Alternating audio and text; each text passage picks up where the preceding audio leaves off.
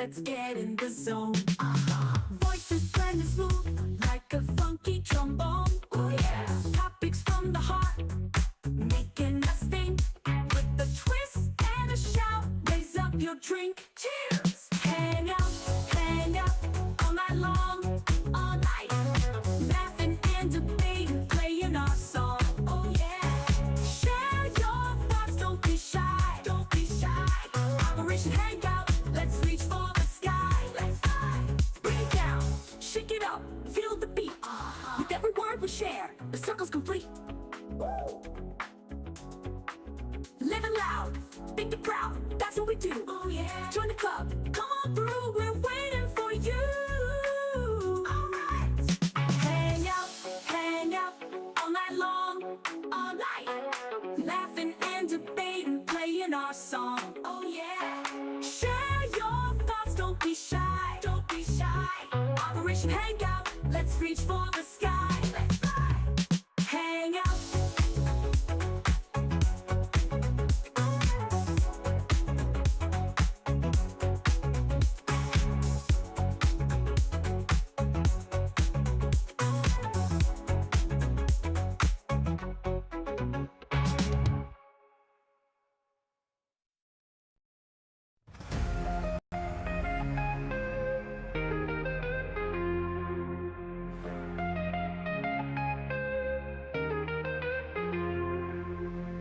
In the ring we stand tall, words are blades that never fall. Debate like warriors brave, every thought we give and save. Through the noise we cut clean, spirited minds sharp and keen. With a spark that lights the night, join us in this epic fight. Welcome to the sports in our arena, where minds clash and thoughts gleam. In the heat of every word, truth and insight will be heard.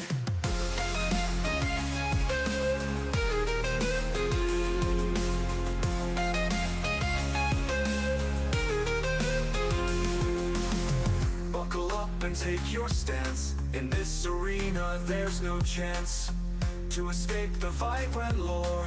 Dive in deep and search for more. From heartfelt talks to fierce debates, we explore what fate creates. Side by side we seek the light, in the dark our minds ignite. Welcome to the sports in our arena, where minds clash and thoughts gleam. In the heat of every word, truth and insight will be heard.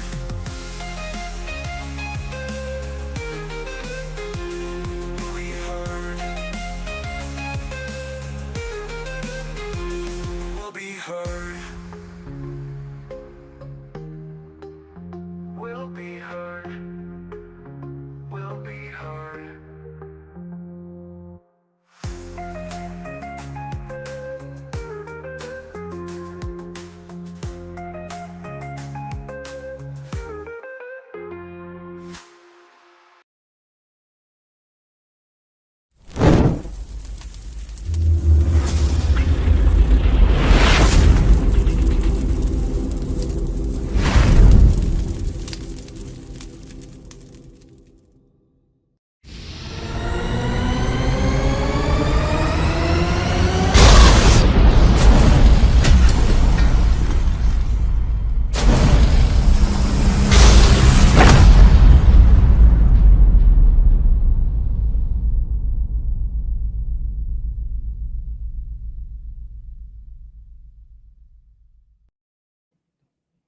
What is going on, everybody? We're back at it, another stream, another live. You know where you're at. If you don't know where you're at, I'm going to tell you right now. You're at Spartan SQ Network. The show is called Wrestling Talk with the Spartan. I am the Spartan, aka Peter. How is everybody doing tonight? WrestleMania is tomorrow. So I thought maybe we should go over what is the best, entries we had over the years. We had so many good entries, and I'm curious to see how they are. My personal favorite always was when the Undertaker returned. I can't remember which WrestleMania it was off my head right now, to be honest with you guys. With I'm trying to think off my head right now, really fast. The Dead Man, And man, oh man, that was an awesome entry. Something about the Undertaker's entries always, but very fast housekeeping. We have Eric in the house. What is up? Bleh. What's up, my man? How you doing? If you guys like to join the show, I am going to drop the link in a little bit. Except that, tell me what in the chats, which one was your favorite entry in entry of WrestleMania, because WrestleMania entries have always been very special to me personally because they're unique, they're different, they're over the top, and that is my personal favorite ones.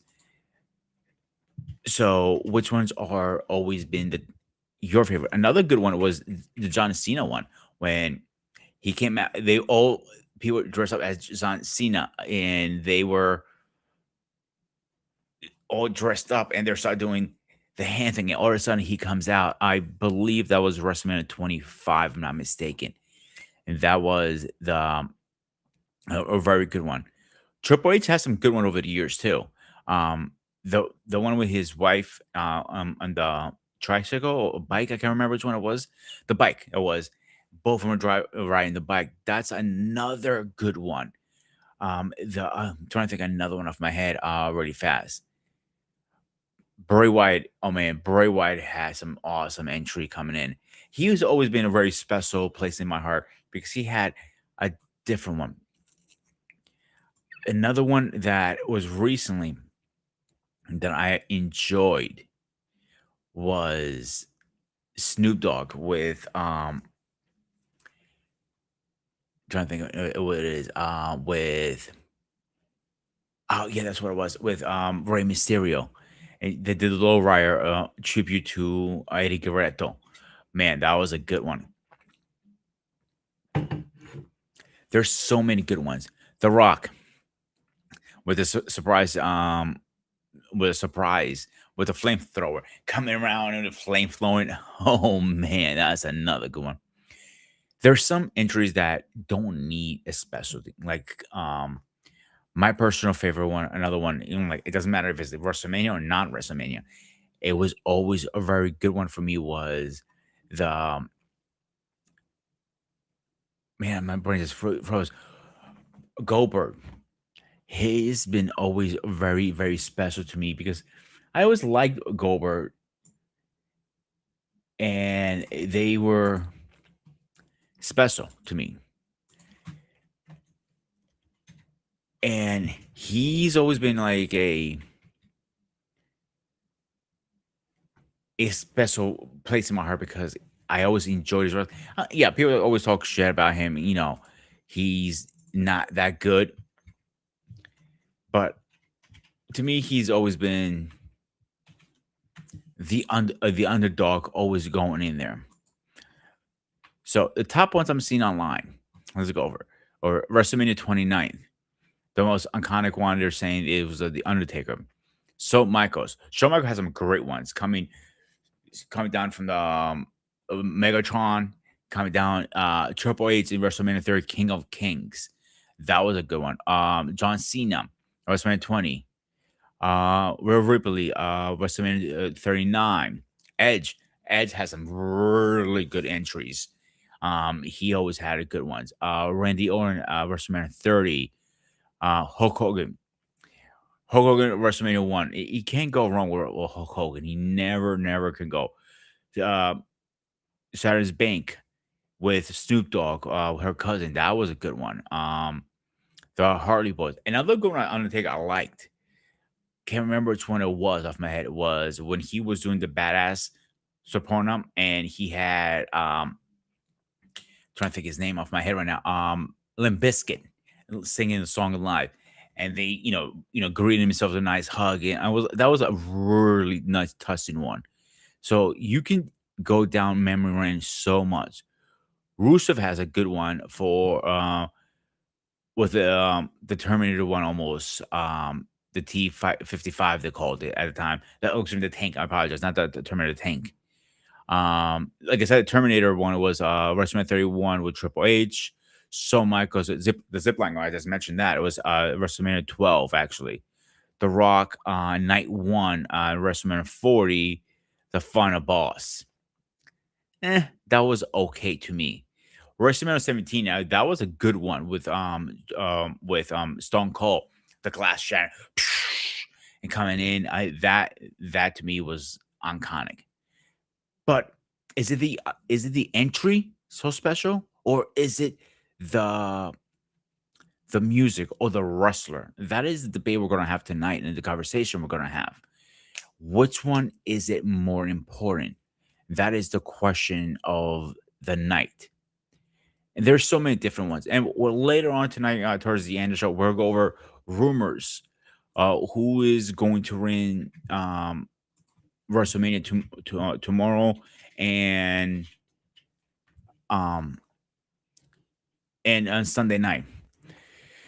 Really fast before we can move on with the show. Do you guys think WrestleMania should stay a one night or a 2 night event? That is the question. Oh, Eric saying you cannot refer WrestleMania without Roddy Piper. It was 50% Hogan, 50% Piper. I'll give him that. I'll give him that. Piper had always had a weird following because he was the way he was like hot and cold. You never know what you're gonna get, and that was the good, not a bad way, hot and cold in a good way, because when he came out, you never know who you will get. You never knew what you're gonna get. You knew you're up for a good show, and I always enjoyed that. So the thing that I always will say about WrestleMania is always a turn it. But this year they're saying is going to be a very disappointing one. And I don't know if I agree with 100% because WrestleMania always been a very iconic match or iconic stuff. I do think it's going to be a disappointment, but is it really? That is the question also for tomorrow night. So yeah, I have a mixed feelings about this because as much as I am a huge wrestling fan, the lead up for WrestleMania has not been nowhere near as strong any other years. I'll give you one thing for sure. I cannot blame Triple H. I cannot blame, creative, the writers. The person I will blame, it's not one person, it's multiple people. It's the board of TKO. I think merging TKO was a bad idea. And I was watching another wrestler slash YouTuber now, um, one of the Dougie brothers, saying, was last night actually, saying, unfortunately, every time you have the corporate world involved with wrestling, it will go downhill. And it has gone downhill a lot. Listen, I'm not saying Triple H was, excuse me, Vince McMahon was the best person in the world. In his end of his years, he didn't do that well. Let's be honest. But every other year, before the final years of his, from WrestleMania 1 maybe to WrestleMania 25, maybe I'll give it Wrestle 30 up to 35. Yeah, he did a great job. One thing about Vince, everybody have said it multiple times about him, was when WrestleMania was over, let's say WrestleMania 42 for argument's sakes right now, he knew who the lead match was going to be at 43. He already planned it out. Sometimes things would pivot a different way, but he knew who he wanted in the main card, meaning the main event. He knew who he wanted to beat that. He knew how he wanted to write his story for the whole year. And that's the thing about WrestleMania people don't understand. It's not the year prior, it's the year after. What I mean by that is after WrestleMania, he starts a storyline for the next WrestleMania, and it builds up over a year. And me and you are not gonna realize that how much effort he puts in it. But Vince had a different mindset. different way of thinking. And that what made him very successful over the years. The way he was thinking about stuff. And that's the thing we didn't understand at the time. He wasn't a workaholic. I'm not denying that. But was he really? That is a question. So there are a lot of rumors going around right now, and let's see who's going to actually win this. Who's actually going to take this W this time? And this can go either way right now. So let me see my notes here really fast until the guys show up. Actually, I'm gonna drop the link for you guys. If you guys want to join and have a great conversation with me, let's do it. Where is my? Here it is. Oop, wrong button. All right, guys, I'm gonna drop you the link right now. If you'd like to join, please feel free to join with us. We'll love to have you. There are some ground rules, obviously. We got to keep it fair. So some of the ground rules are very simple, guys. If you're first time here, please no personal attack issues, offensive language, racism, sex, any of that stuff.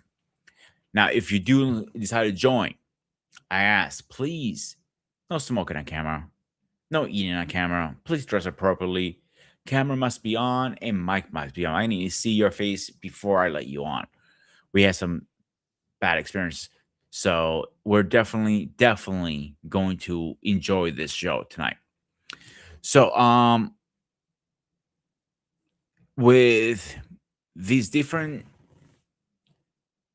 one thing I would respect with Vince, when he put a WrestleMania together, he also did one thing different than anybody else. He actually made a really nice stage. And it was mouth dropping sometimes. These stages were gorgeous. They're stunning. So, yeah. So with some of these main events, I'm gonna start going down the list. I'll go over it again. So prediction to win is right now. Roman Reigns is gonna win his match. Cody Rhodes is gonna win his. Is saying right now. For they're also saying the word title stuff. Seth is gonna win his against Gunther. Kind of see that one coming, to be honest with you. And these are only rumors, actually. So, and let's see, the wild. They call this the wild card. LA Knight, Paul Heyman, and Jey Uso is going to be an interesting match. That's one going to be a toss in the air. So, let's see. Yeah, so it's going to be a interesting match. So the favorite to beat right now is some of these, and these I'm going to go over this slowly as I'm waiting for the guys to join us. Is for the woman title, Liv Morgan is being the favorite to win the match. Um, J Fatu is the favorite to win against his. We'll kind of see that coming because Drew McIntyre, excuse me, I'm not pronouncing that correctly. He's rumored to take a small break after WrestleMania. Um, doesn't have to get in specifics, but I do know that is rumored, and I think it's confirmed. He is going to take a little break. He needs some time off. For the heavyweight champion, where is this? CM Punk is rumored to win that one. For the four-way women title, they're saying rumored. And again, these are only rumors and nothing's confirmed, obviously, guys. Keep that in mind.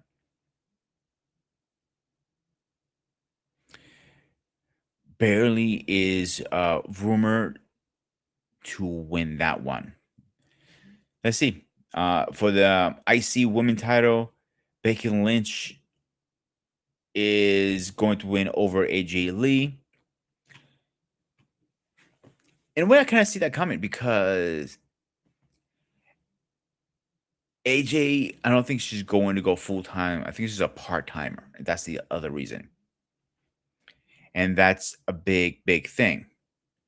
For the six-man tag team, Usos and Jay Light are favored to defeat Logan Paul, Austin Theory, and Ice Speed. I think it's gonna be the other way around, to be honest with you on that one. I have a feeling this is gonna be a twist around, and that is gonna cause off guard. And what we're doing?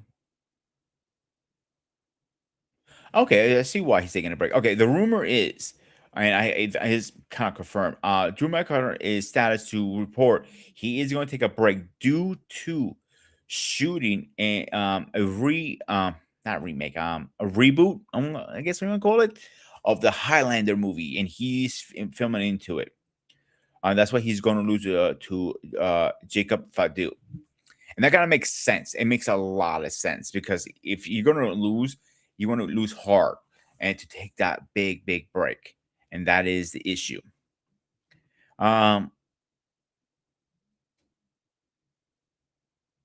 So with Seth Rollins and Gunther, the rumor is Seth Rollins is going to win that.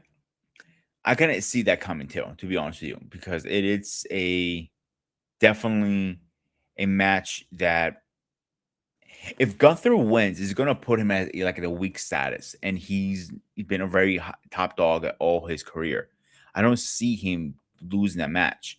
That would be a career suicide for him right at this moment. The way he came back, they're going to open the show with the six-man tag team, and that is, hey Greg, what's going on, my man? And that is a big plus because if you break it down, there are a lot of good wrestlers, and that one is up in the air. They don't know who is rumored to win that one. But the thing with some of these matches, and this is where I got a little funky in the last couple weeks because you have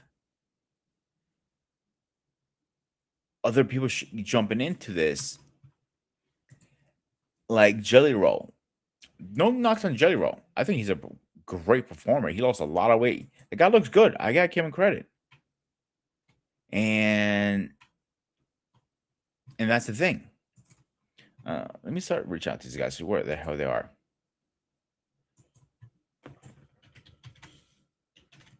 Okay.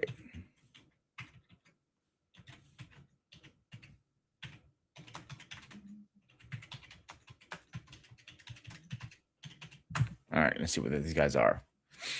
But these matches are good. They're not iconic matches that we're excited for. And that is the problem I think we're having this year. And we spoke about other shows too. And the thing with the rumors here, it depends on what source you're looking at. You never heard of who? Which one you never heard, Eric? Because I'm curious now. It's different this year because it's no hype. So another source I'm looking at right now, they're saying here that Logan Paul, Austin Theory, and ISP is going to win that match. Jacob is still going to win that one. The woman title is going to be Stephanie Vaquero is going to win that one. I don't see that one actually. And this one is also saying Jelly Roll is actually not a wrestler. Eric, he is actually a country singer. He's performing in the WrestleMania as a talent. I'm surprised you never heard of Jelly Roll. He's actually huge in the country scene right now. He's number one country singer out there. That's kind of odd. I have never heard of him. He's I don't want to say number one country singer, but he's up there in rank. All right. Let's see what we have here. So it really depends on your source because everyone says different. Like that is the thing. Oh, let me guess, Eric. You hate country music, don't you? It's actually not that bad. If you actually listen to it, it's actually very good. Country music actually has a uprising right now, very very high uprising, and it's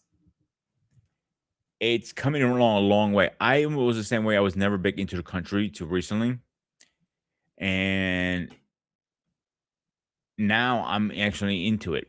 Believe it or not, I was always a very heavy metal kind of guy, like the metal stuff.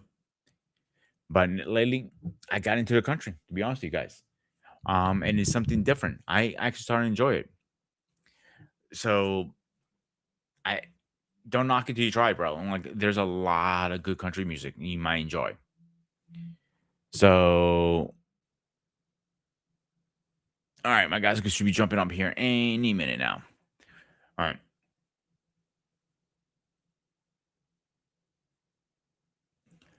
So it just one of those things like which way are we gonna go with this? I think if it's WrestleMania, if it's gonna be as bad as we think it is, okay. If you like country music, definitely check out Jelly Roll. You're gonna change your mind about him until you listen to his music. Now, as a wrestling performer, that you can take it or like it. I'm not saying he's worse. I'm not saying he's good. Take it as you like it, like I said, because you might see him, you might enjoy him, might not. You might. That guy's been through hell. I give him credit. He has come a long way. That guy has been through hell and back. If you listen to his backstory, man, if you want a underdog story, that is definitely one right there. You know a lot, and he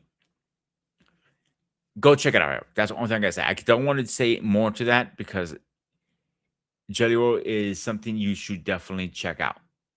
I'm not going to deny that. I think he is a great performer and a person who has a great story to talk about. All right. Let's see. Let's try this one. Let's go here. Boom. Now, some of these stories,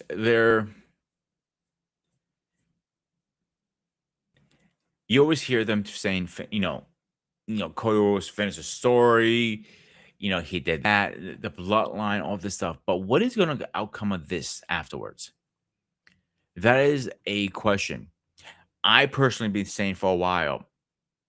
I feel Cody is going to turn heel tomorrow night or Sunday night, whatever night he's wrestling. I think he's going to turn heel because he's up for a heel turn, big time. Because he's been a babyface since he came back to the company. And I've seen his face doing heel turn. And man, on TNA, he did a great job as a heel. Not TNA, AEW, I'm sorry, as a heel. I enjoyed it very, very much for him. So let's see where that goes. So let's get back to the original topic here. Let me get my notes back up here. Right here. Let's click this here. All right.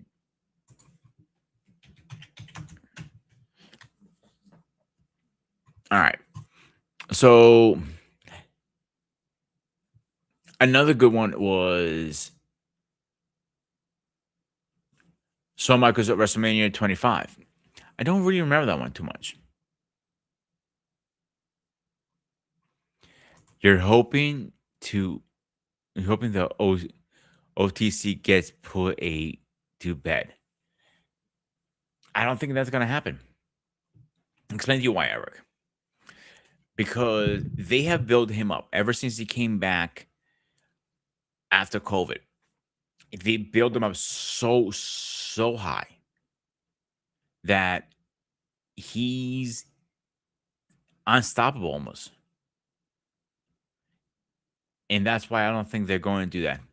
Snake, my man, what is going on? If you'd like to join the conversation, this link is in the chats. Um, I don't think they're going to knock down, Randy Orton. I mean, Randy, man, my brain's OTC. Because he's a mega power now. I don't see him losing against CM Punk. Keyword Punk. Punk is a great wrestler for his time. He still is a great performer. But can he carry the belt for a long time? No, I don't think so. I do not think so. I don't think he has that strength to do that. I don't think so at all. I think he's going to be one of those wrestlers that you see. And what was it? You're right about that. According to rumors right now, Roman Reigns will win that match at this moment. And he's going, and then you're going to see maybe CM Punk or somebody's going to turn heel again. I think CM Punk does his best work as a heel, not as a babyface. And if you watch I call it the Pipe Bomb 2.0, he called out a lot of people, bro. He called out Randy Orton. He called OT. Man, what is it called? Oh man, my brain's froze right now. Who owns WWE right now? TKO. He called them out. He called the prices, and that's the thing right now. If you see how many tickets are still available, that's ridiculous. And unfortunately, wrestling events are not. Yes, WrestleMania has always been an expensive event to go to. The most expensive event because of all these extra stuff you have to pay for. The tickets, the plane tickets, if you're traveling, or the hotel, whatever, the venues, all this stuff. But here's the issue with that. On top of that, now you gotta sell your liver to just for a bleeder nose seat. Imagine how much you have to spend front row. You know what? I am going to look it up because I'm curious how much it is.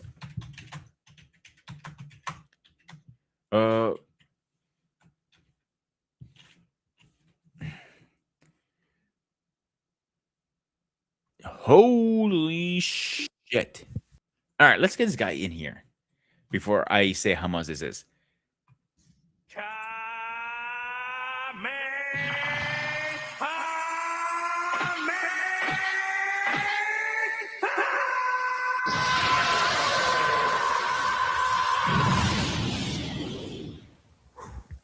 Anton, you sure your pants yet? Nah, I'm good. All right, Anton, what's going on, my man? Late, No, but better than ever. Yeah, I had to try to get something done behind the scenes. That's what it was.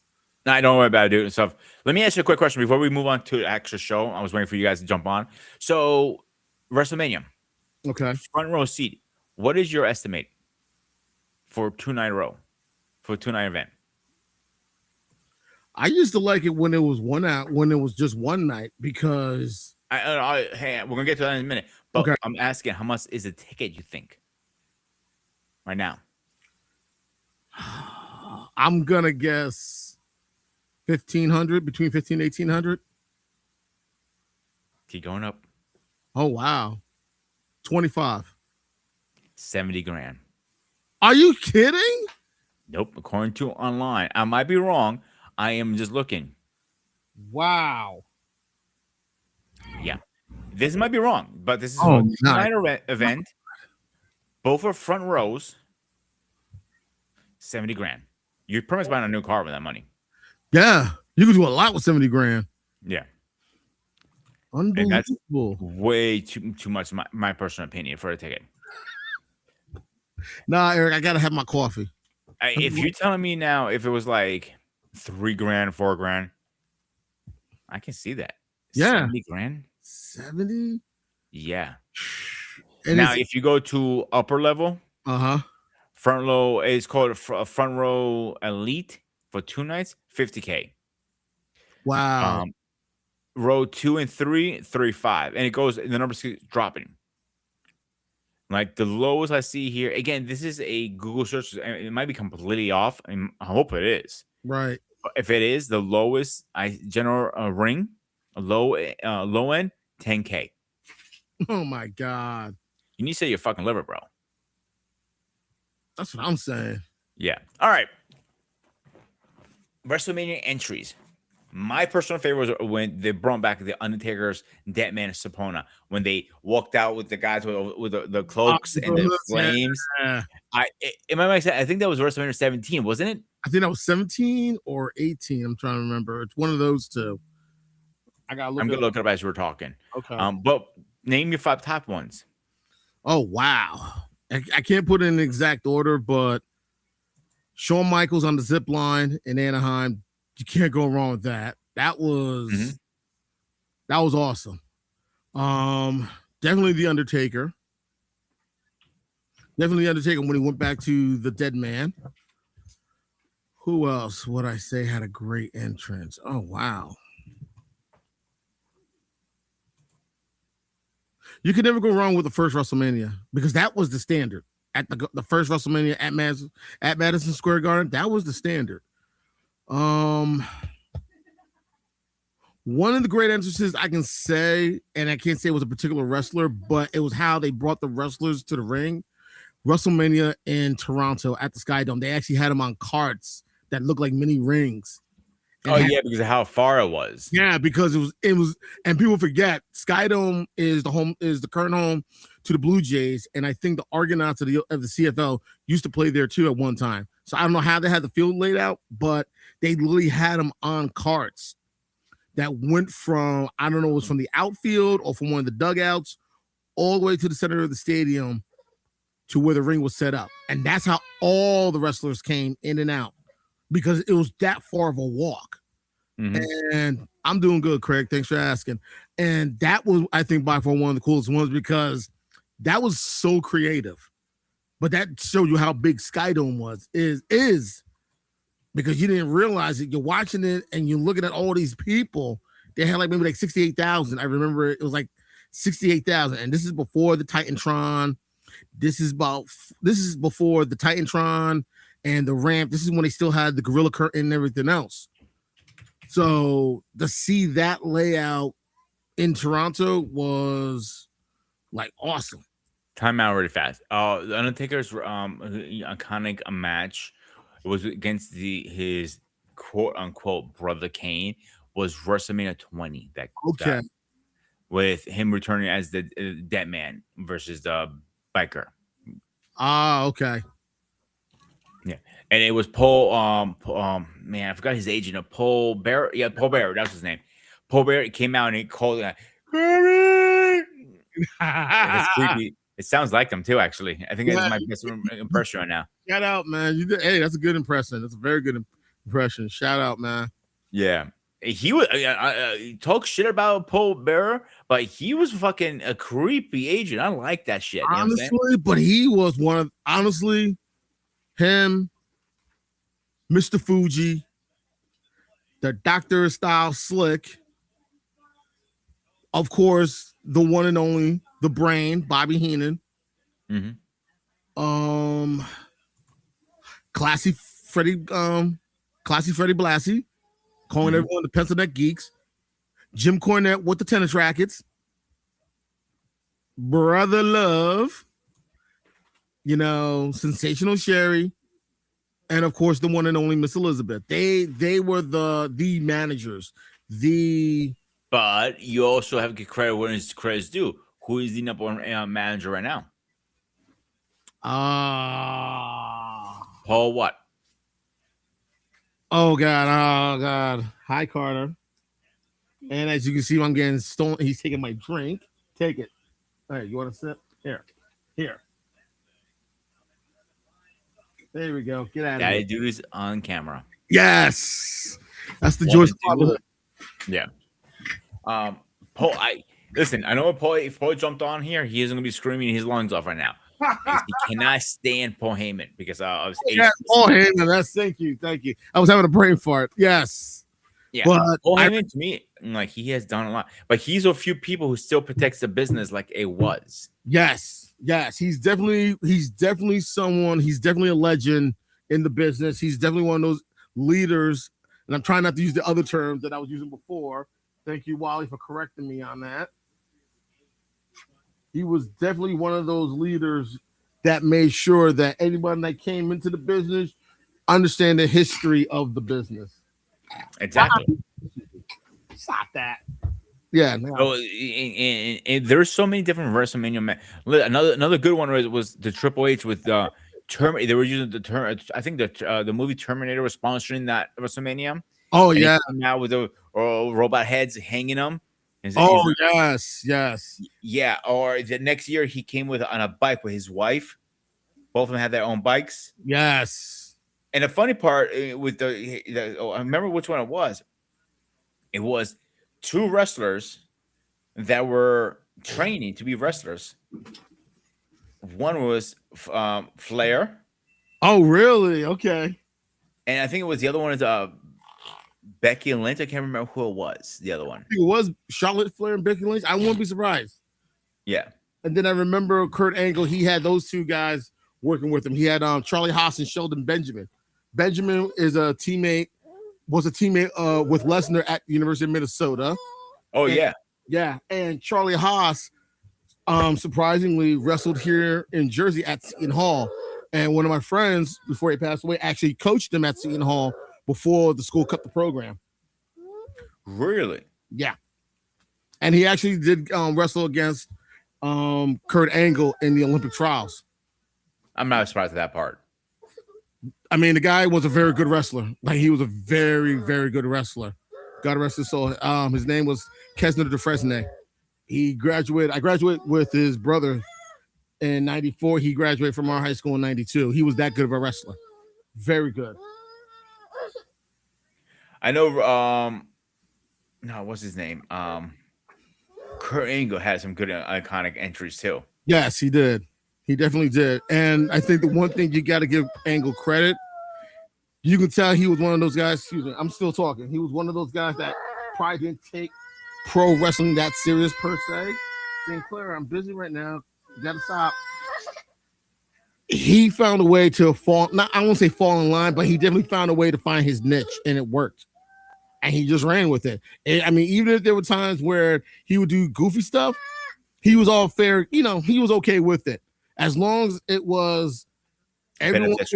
Yes, if it benefited him and it benefited others at the same time, he was all in. And I remember, I think it was here where him and Undertaker were swapping stories about some of the stuff that he was doing. And Undertaker admitted that there were times that he came very close to breaking character. And I heard it's very hard to get the Undertaker to break character if you do something that comes out of nowhere, and he finds it very funny. And he said Angle a few times at least has almost caught him off guard. Mm-hmm. So Angle, you have to give him credit because he found a way to be a really good sport about it. Absolutely. And dude, Edge used to roast him so bad. If you remember. That is true. That is true. But you got to give Angle credit. You got to give Angle credit because he's always found a way to improv it or to do something that no one was expecting, and it works. So you got to give him credit for that. He's always working on a fly. That's one thing I came across. Yes, and that's not easy. No, it's not. And a few wrestlers can pull it, and there's some people that can pull it off without a problem, and Angle's one of them. So you got to give him that. You have to. I mean, there's just a lot of iconic entrances to WrestleMania to where it's like it's hard to name them all sometimes. And it's kind of hard to name like that one introduction. You know what I mean? Another one was when Triple H faced it, Undertaker, if you remember. Oh, yes. And Shawn Michaels was the referee.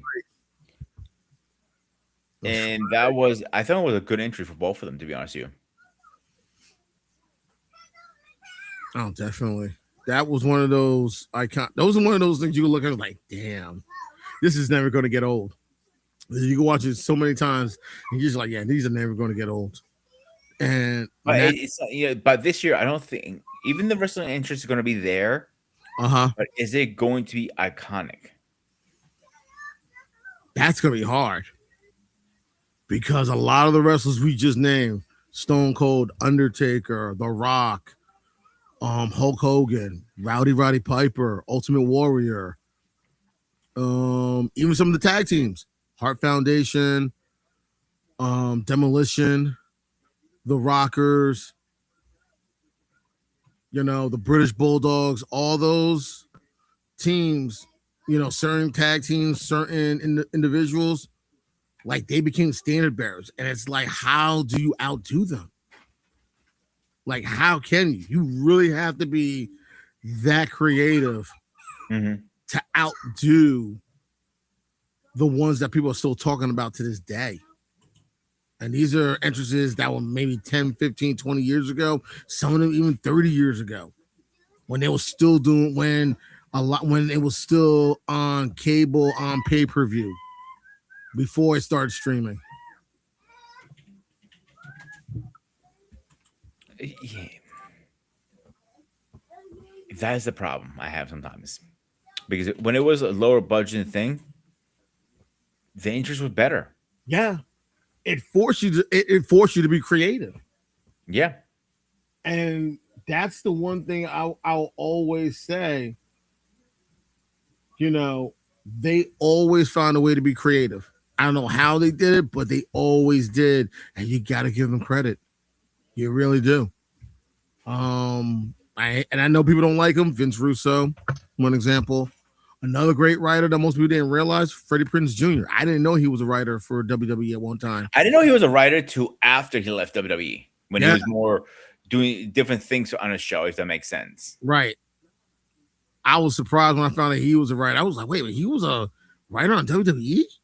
Yeah, I didn't know that. I didn't know that either. I remember seeing it on, I think I was streaming on, I'm trying to remember if it was Peacock or the WWE network when they had their own network, their own streaming network.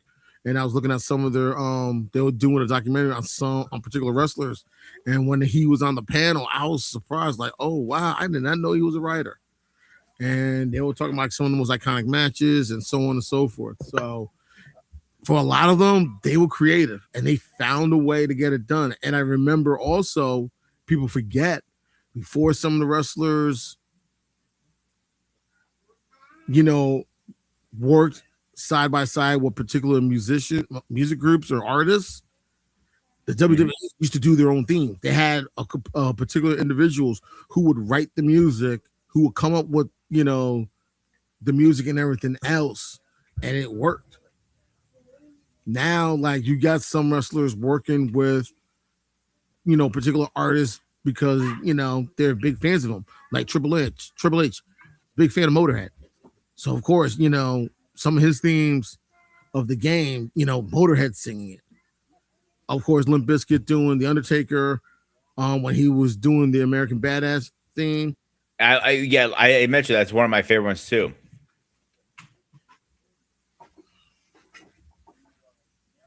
So it's like, here's a question from Wally: how that was known for a good time? It was because you had to be creative to do a lot of that stuff, and because you couldn't come up with it off the top of your head, you really had to really pay attention to a lot of these superstars. You probably had to figure out what type of music they were into. That probably gave some of the musicians that did the music. Look at John Cena; he made his own music. I remember that. That's right. People forget twice. That's right. Because the first one, it was like a big rap one. It was pretty good. Yeah. Then he updated it to the you don't see me. I think he named it.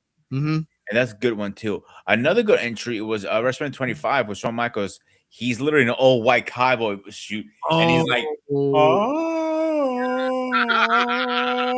like coming from the Raptors down, but as an elevator, and like, remember John Cena when he ran his car into the glass? Yes, that's another good one. Yes, or when he Shane McMahon, like his kids came out, all three of his little Rugrats. Yes. Those were iconic matches. I mean, entries. Oh yeah. Sometimes I feel like the entries steal the show completely better than the whole match. It does. Yes, it does. It's like when you bring out like particular superstars and their favorite artists at the same time, it really like yes. You find a way to bring them both together, and it's like yes, I like how this goes.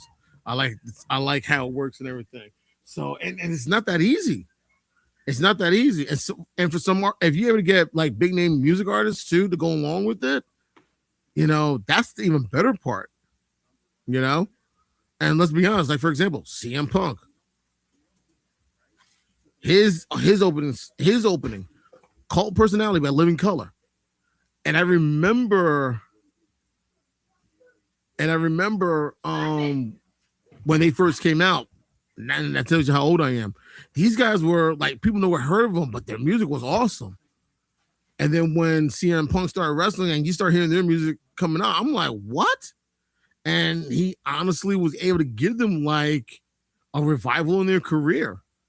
Yeah. So before we answer Wally's question here, or statement, I should say, I've never been a fan of that song. Never liked it. Never enjoyed it. I've never been like, I can take it and leave it. To be honest, yeah, I never liked it. Wow. And I'm a metalhead too, and that's a punk song. Yeah, that's up to with metal and all that stuff. But no. So Wally's statement is no. I am talking about the writer, Freddie Prinze Jr.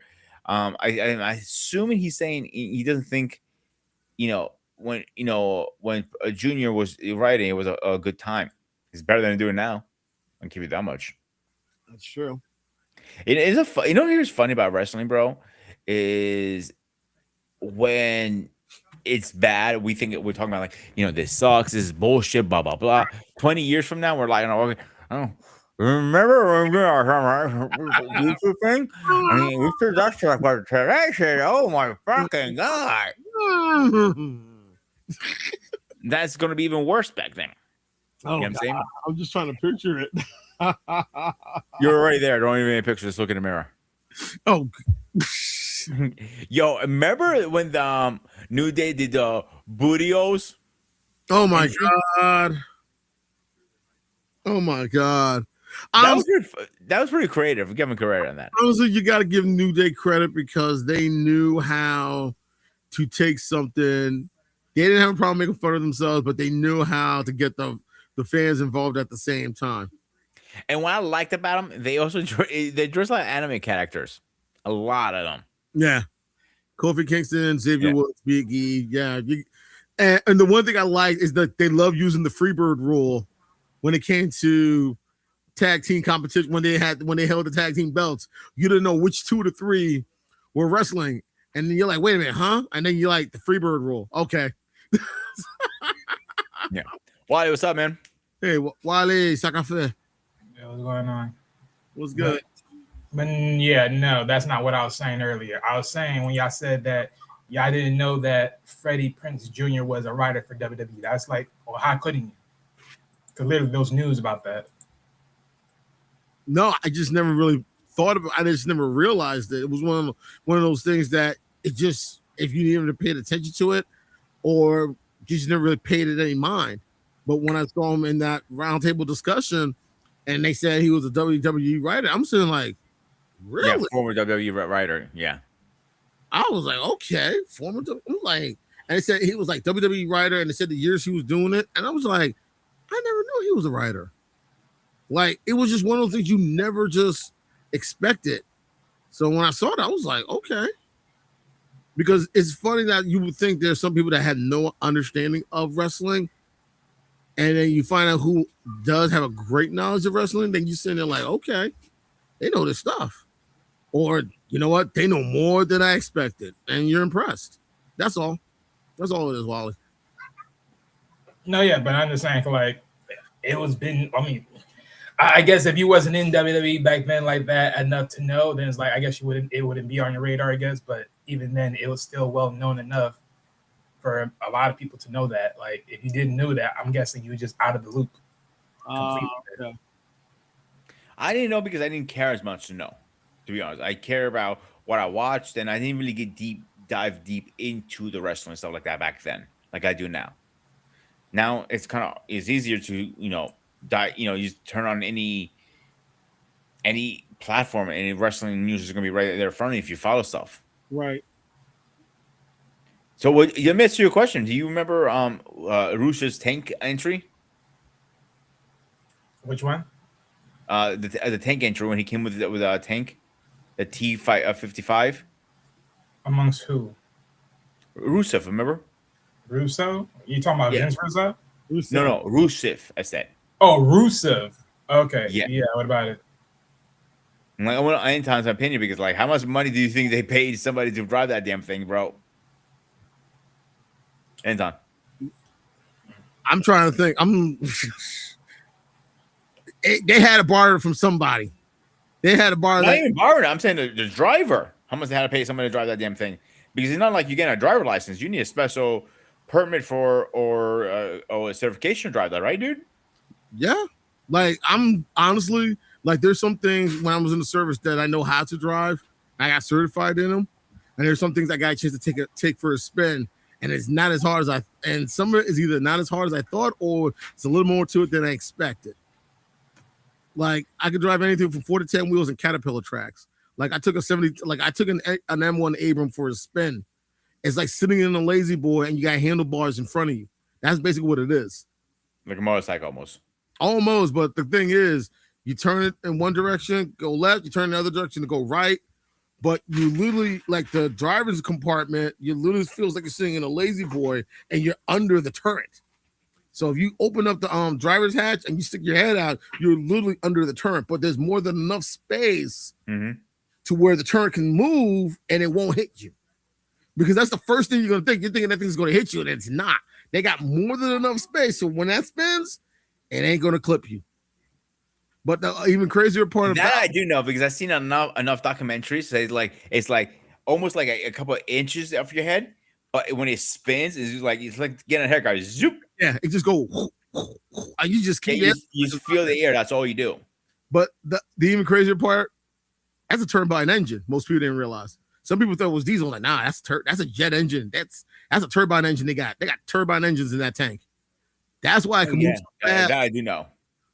That's why I can move real fast. It moves faster than you expect. So you really, like, if you're going to give it some gas, you got to be mindful of it. And sometimes if you give it a little too much gas, you don't realize how fast you're going. It can go up to miles. What is it? 55 to 60 miles?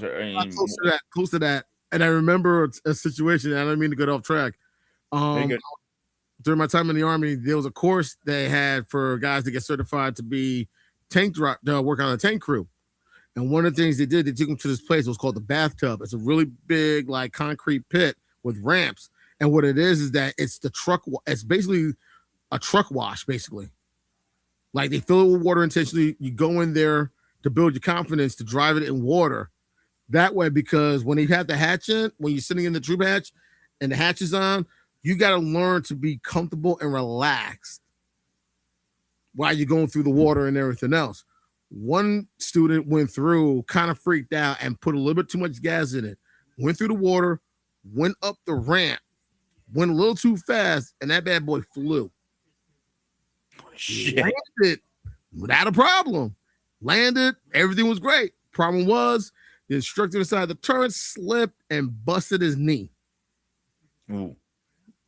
So, yeah, he was going to be out for a while because of that. But like I said, those things are faster than you realize. How long was he out for? He was out for a few months. He was out for a few months. We were able to get him out. Like, we helped the medic, like me and a couple of guys who were able to help the medics get him out of the turret, get him onto a stretcher. They sent him to them. They sent him. They got checked out, and yeah, he literally had a fractured kneecap. He had a fractured kneecap, and he had to have surgery and everything else. So he was out for a while. They just wrote it off as a training accident, so on and so forth. But other than that, and accidents happen all the time. We know that. It does. It does. So it wasn't like, oh my God, I'm in trouble. Oh my God, I'm gonna get nah. They're probably gonna say something, but they're not gonna. Did I tell you what my buddy CQ once did? And we'll get back on track after this.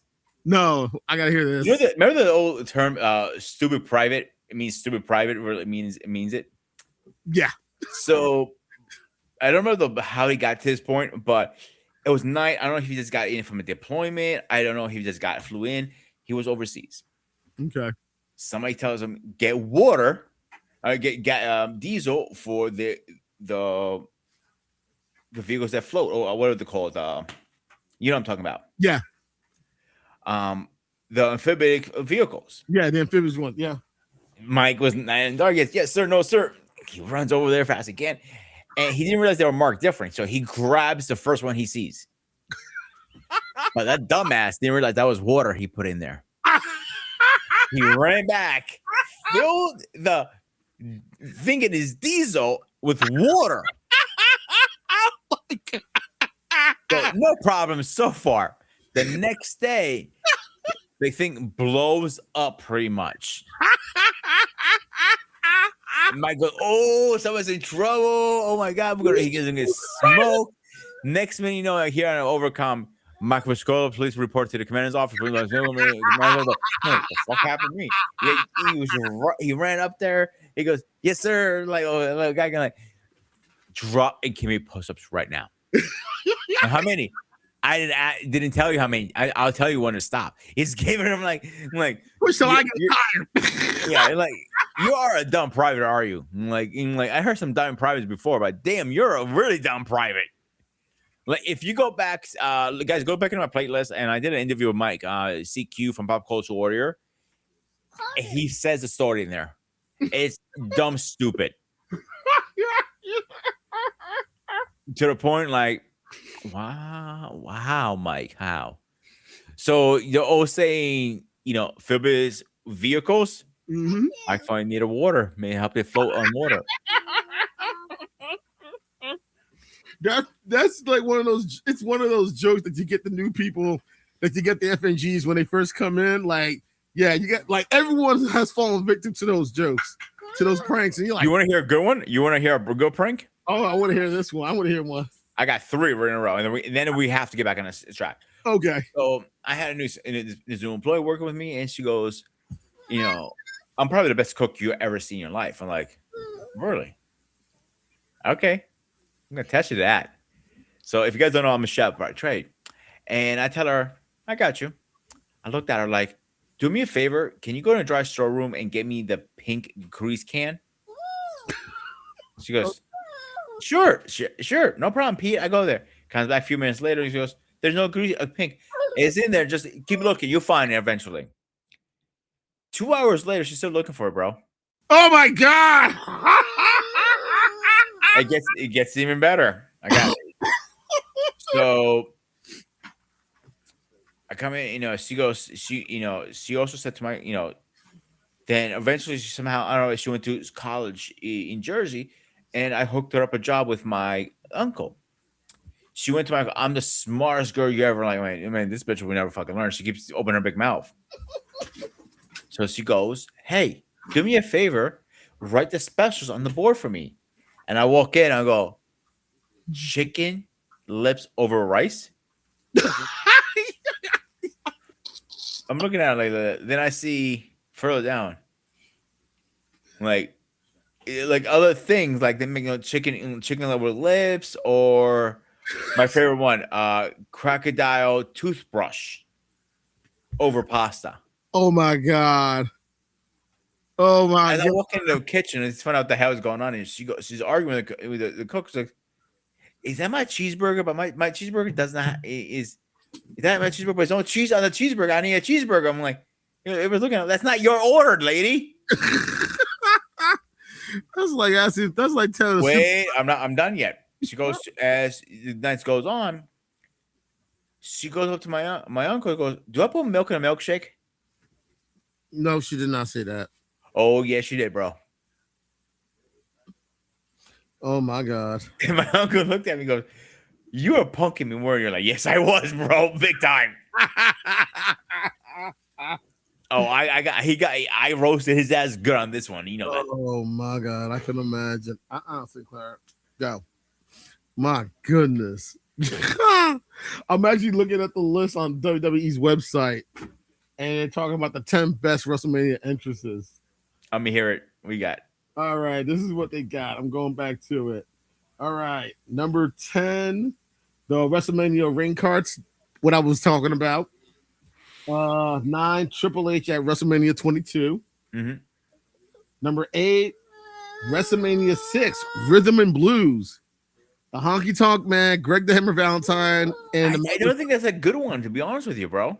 really, Yeah, it's a good for what it was. I don't think it was like top 10 on the thing. You know what I'm saying? I guess what it was because it was definitely something different. And if you look at it, it was something that was very different.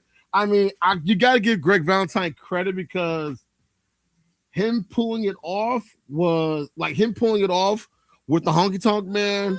And from what I heard, the Honky Tonk Man is an actual Elvis impersonator.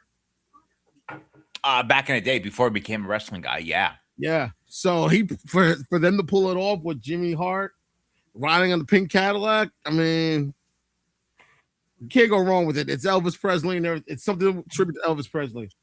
Number 7, John Cena, the 25th anniversary of WrestleMania.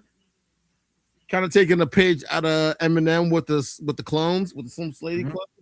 I think that was one of his best ones. Yeah. 6, Edge, WrestleMania 25. WrestleMania 25. No, WrestleMania 24. This is when they were outdoors in Orlando. 5, Undertaker, WrestleMania 20. When he went back to being the dead man, and he's walking under the arc of flames and everything else. Let's see. And Paul Bear. Undertaker!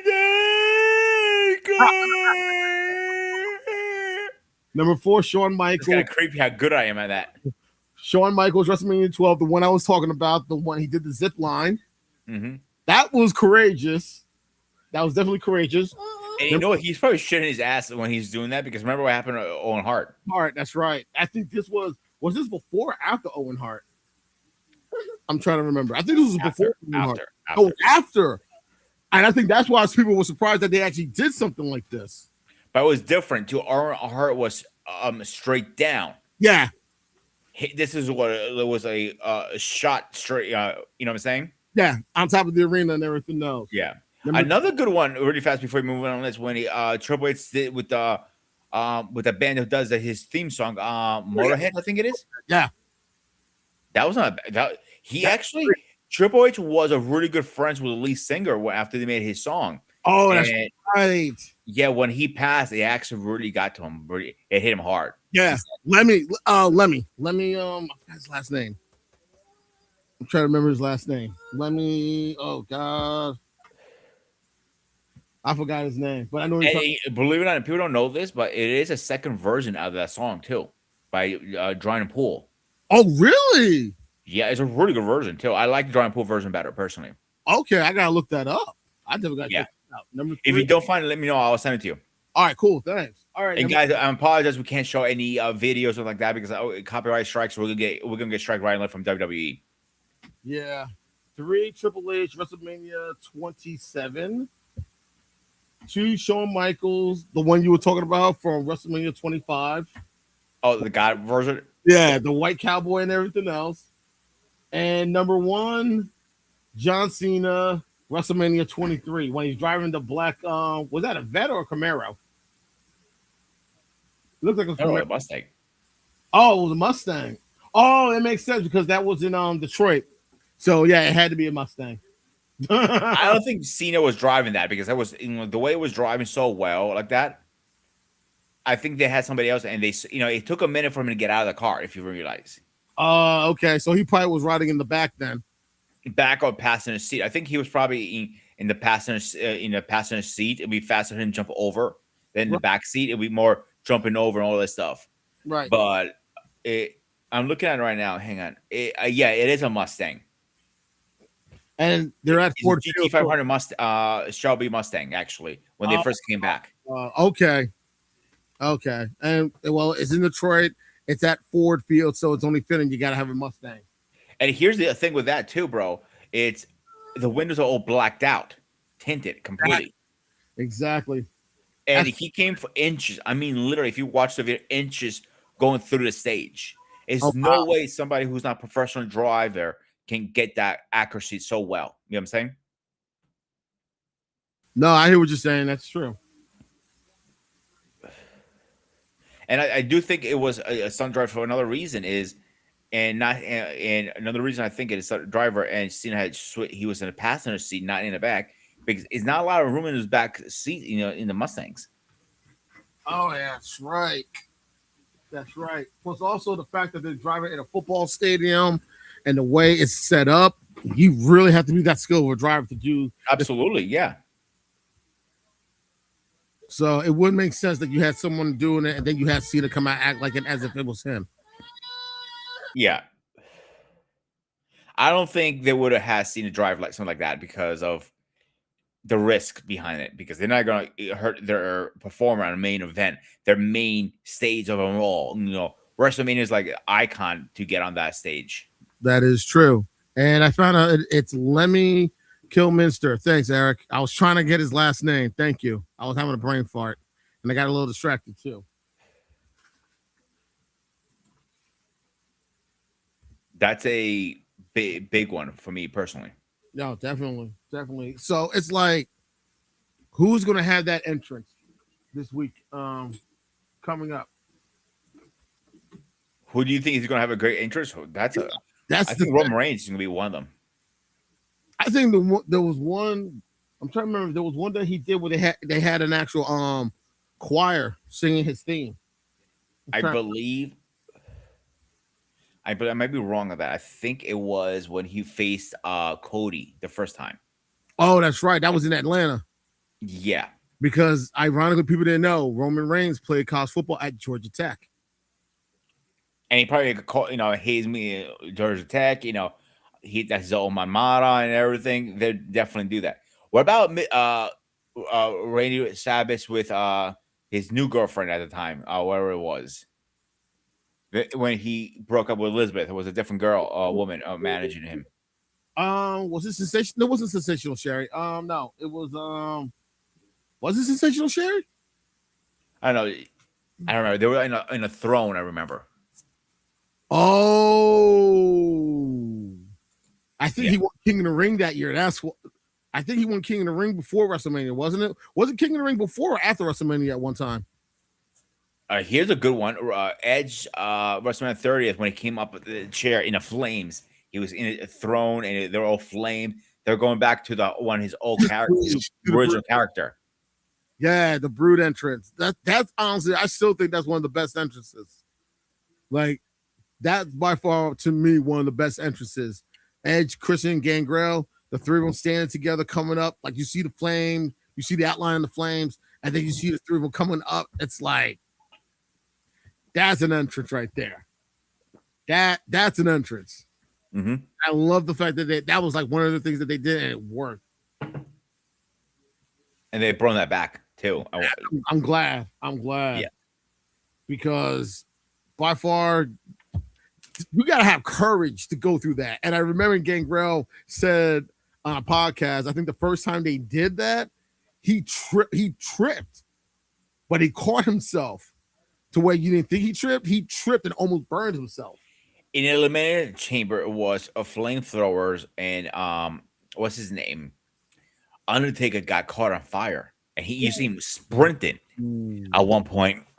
And during the match, during the Elimination Chamber, they're handing him bottles of water, and he's literally throwing water because his skin is completely on fire. Ugh, that hurt. Yeah, WrestleMania 30th with Stone Cold coming back with Kevin Owens. Is it Kevin Owens? Yeah, Kevin Owens interviewed him in the middle of the ring, and he had his the four-wheeler again back. Ah, okay. I always liked the four-wheeler, gimmick. I like the beer truck. I remember when he came in on Raw with the beer truck and the hose. That was shit. Here's a better one for you. When Kurt Angle did a similar one with the milk truck. Yes. Yes, but that's what I mean by Kurt Angle is you got to give him credit because the fact that he was able to do that with the milk truck was awesome. Like he's the only one that can pull it off. But he also said in the story, when he was flying out that day, he was wearing his same shoes he was in there, and it stunk the whole plane up. Ooh. Yes. Do you mind? Thank you. Yes, it was. Oh my god.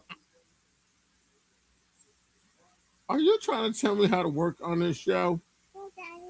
Okay. Can I thank you. Yes, I'm working right now. No, Daddy. Yes, okay. Can I can I please? Yeah, he sees you. No.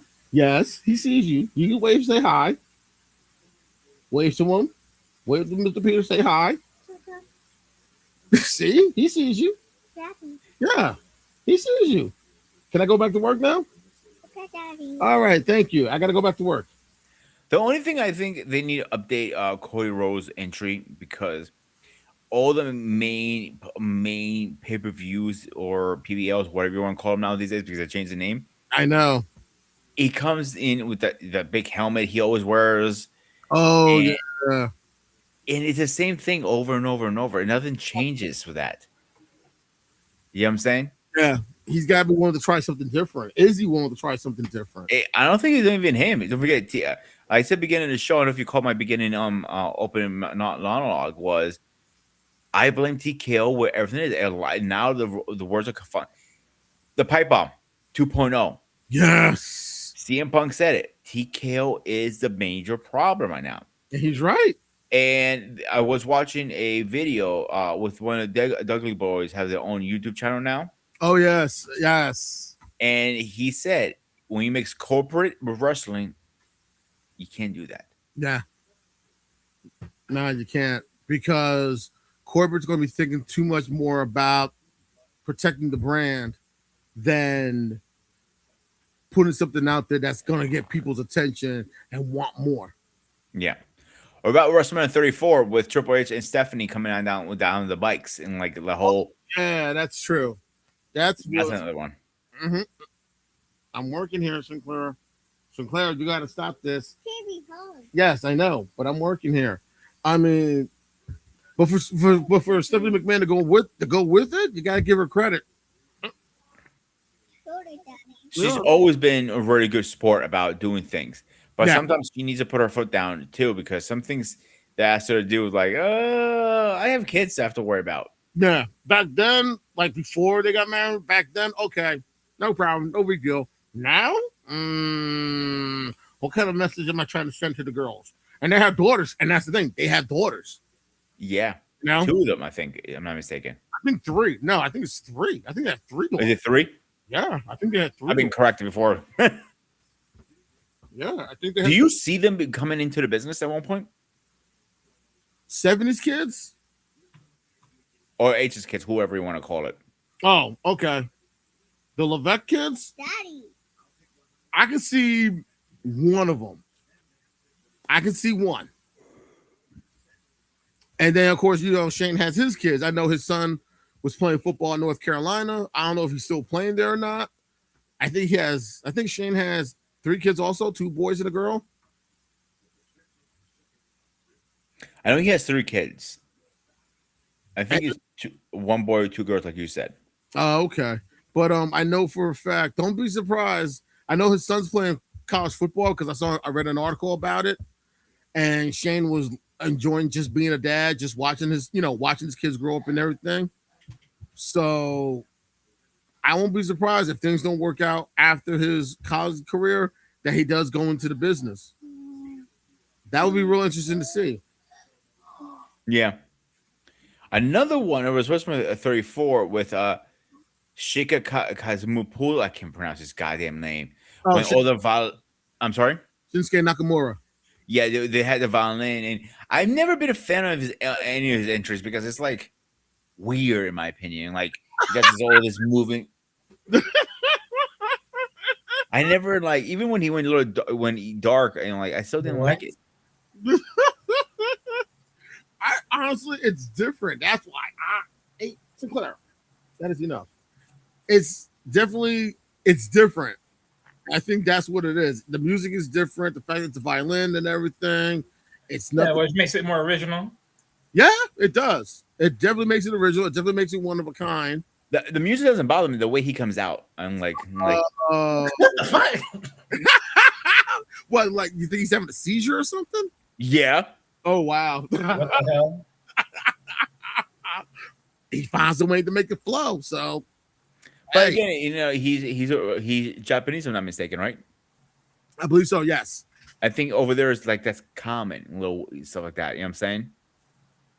something like that. Ooh, really, Eric? That's a nice choice of words right there. Wow. What do you guys think about the Rock's one with the flamethrower? I swear. But That I think tied into when he was doing the movie G.I. Joe. That's why.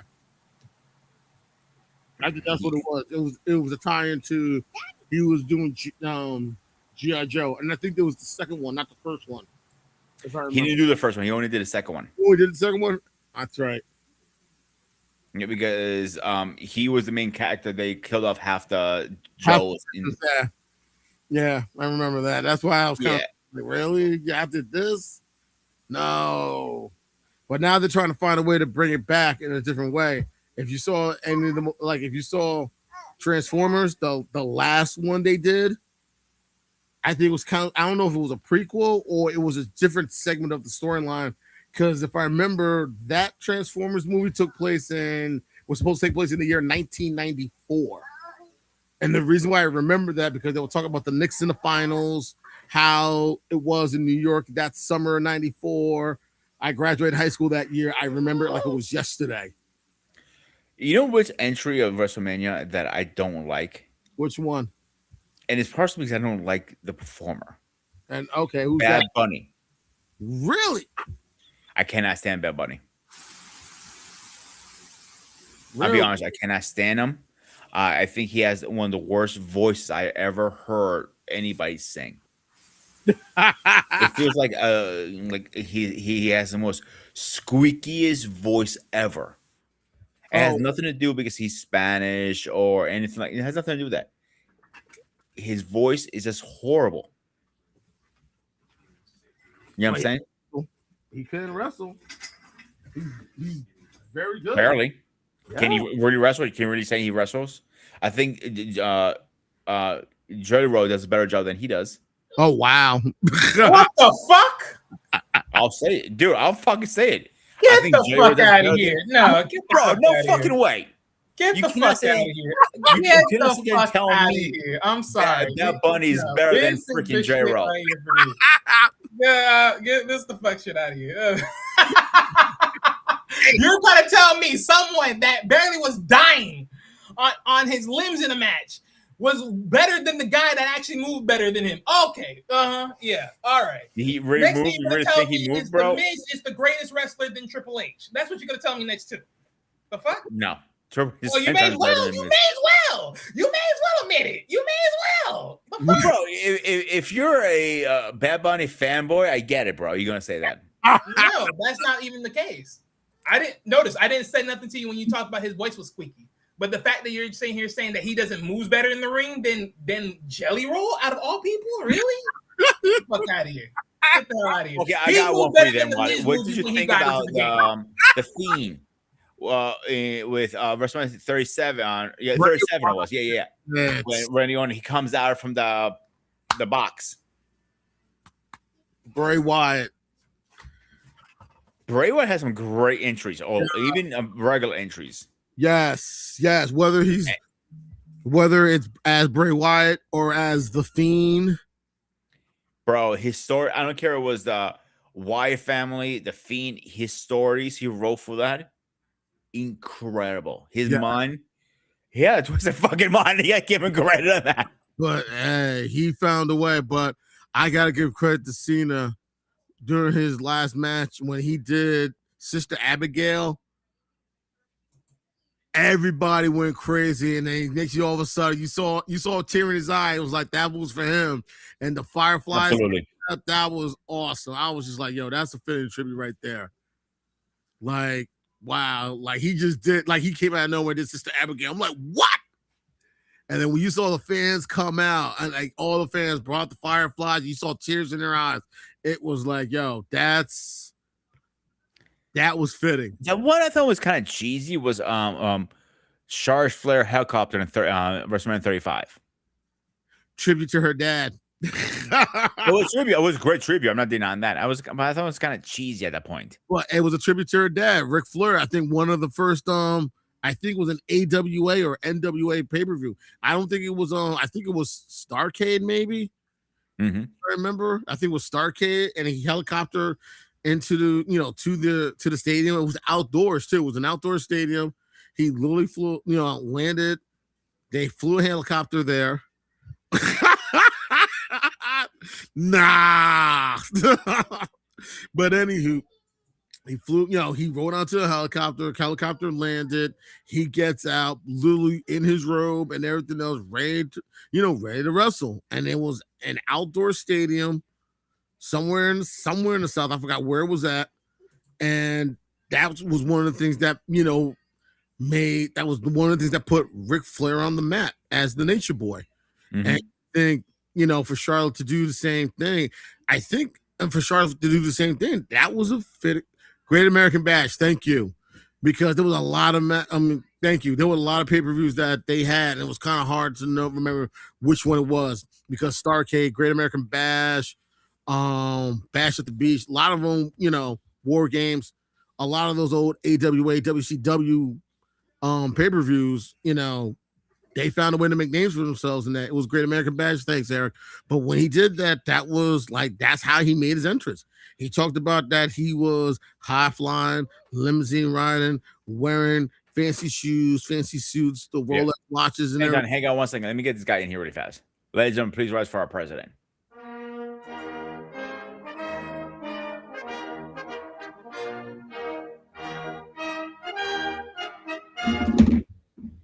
Mr. President, how are you doing tonight? I'm okay. Just very busy, so I just tried to get in towards the end of the show. But how you doing, Wally? Good to see you, man. So, Paul, what is your favorite wrestler? Well, he was in the middle of a point. Let him finish his point. Oh, I'm sorry. Go ahead. Oh, basically, it was like, that was the persona. High flying, jet flying, limousine riding, fancy shoes, the Rolex. I'm not denying that. I think it's overdone at this point, because how often they do that. You know what I'm saying? But you know what it was? I think that was a way to pay tribute to her father. That was one way to pay tribute to her father, because for anyone that remembers those days, that's what they did. That's what it was. Okay. That's why WWF came up with WrestleMania, because of Starrcade. That makes sense. Yeah, and that's how it was. It was that was the pay-per-views. It was those big wrestling shows. It was those big events, and it drew a lot of people. And one of the best ones that I remember also was that I remember reading about was War Games. And that was Dusty Rhodes' creation. Hey, but look what it did. Oh, it's a great creation. Yeah, like 2 rings and a cage and everything else. That was like unheard of. And the rules, how it was like different too. Yeah, and they found a way to make it. It worked. It worked so well. Yeah, I hated Dusty as a booker, though. I really did. The Dusty finish, I could not stand it. That was wow, for real, huh? Yeah. It'd be like a guy would win the championship hands down, but then there was because of some interference or some crazy thing or whatever, the guy would not win the belt or something. He always found a way to screw the guy who was like the rightful winner of the show. So it's like all his cards ended in these controversies and whatnot, and whether it be the referee or something like that, or it was just something always just to, like, you think, okay, now it's this guy's time, but he kept just holding off. I guess he was trying to build up to really make it count, I guess, but he kept milking that after a while. But I hated the way Dusty promoted wrestling. But and Hey, well then again, look at Ric Flair, aka the dirtiest player in the game. That's true. That's true. Yeah, it's a good point there. So, Paul, which one's your favorite WrestleMania entrance? It's not like I've played a ton of attention to those. I would say the one that probably really let me know that things were different was really not too long ago. And that was with and again I'm gonna butcher the name, but the Japanese wrestler Shinsuke Nakamura. Sensei. Shinsuke Yeah. His when you had the brother came out with the violin, and then you had this stream of violinists coming into the ring. That was like the first time I said, this is because I mean, the first probably 10 or so, or maybe even up to 20 WrestleMania entrances, it was like the guys, whoever the guys' theme music was, maybe to a little bit more pageantry or something, but it was the same music. The guy did his walkout or whatnot before they became these major productions. And so, but when I saw Shinsei's, it was, and again, I've gone probably the last 10, 15 years or so, I've been in and out with wrestling. So I haven't been following everything the way I used to. My daughter and I were going to a Saturday night main event over the summer at the Garden, Madison Square Garden. So that'll give me a foray sort of back into things. And I'll probably check out some of the WrestleMania this weekend. But that let me know right there. It's like, yes, we are in very different times. And the fact that they're going to put that much stagecraft into an entrance, that blew me away. So that's probably the one I probably still remember the most as far as the others. I mean, Undertaker always had his, thematic entrances and things of that nature. But I thought the Shinsei one was like really, and it was the kind of, I was saying to myself, it's like, man, you're going to put that much into it that he actually may beat AJ Styles. But you saw how the match ended, and then he did a heel turn, and after the match and everything. But it was that one's probably the most memorable that I can recall. Because like I said, everything else was basically the standard ring walks out to the ring, and nothing's spectacular about it. But again, they really updated the stagecraft on it. So yeah, I'd probably say his. Yeah, I always liked the Undertaker when he came back in WrestleMania 20 as the Dead Man, with everybody came out with the flames, and Paul Bearer come down, Undertaker, and he saw him coming out. It's so creepy how well I do that, and that was always my number one top one. Paul Bearer. They had a few ones out there over the years, but the one that they never done anything too crazy, and they only did one little over the top was like you said before on Roman Reigns when he was at the by the university, and his alma mater came out and sung. But Roman Reigns was being like very basic over every year, and he's the one you think he was going over the top because they're trying to push him as the face of the company at some point. But no, I don't see anything special about him. I wonder if they're going to do anything special for CM Punk tomorrow night or Sunday night. I can't remember what night he's wrestling. Right, he's wrestling Sunday night. You know what would be great for him to do? You know what would be great? If you saw Living Color playing the theme, playing Cult Personality. They did that once already. Hey, why not? It's WrestleMania. Yeah. It's WrestleMania. Like you hear it, and then you look on stage and you see them playing, and then you see CM Punk come out. Oh, forget about it. Like, that's definitely going to work. That's definitely going to be one of those things you look at like, yeah, that's how you do it. Like, to come out to your theme song played by the group that's playing your song, it just adds that extra element to it. So don't be surprised if that happens. I'm going to get shit for this because I always like Bill Goldberg's entry. Really? Yeah. I always enjoyed it.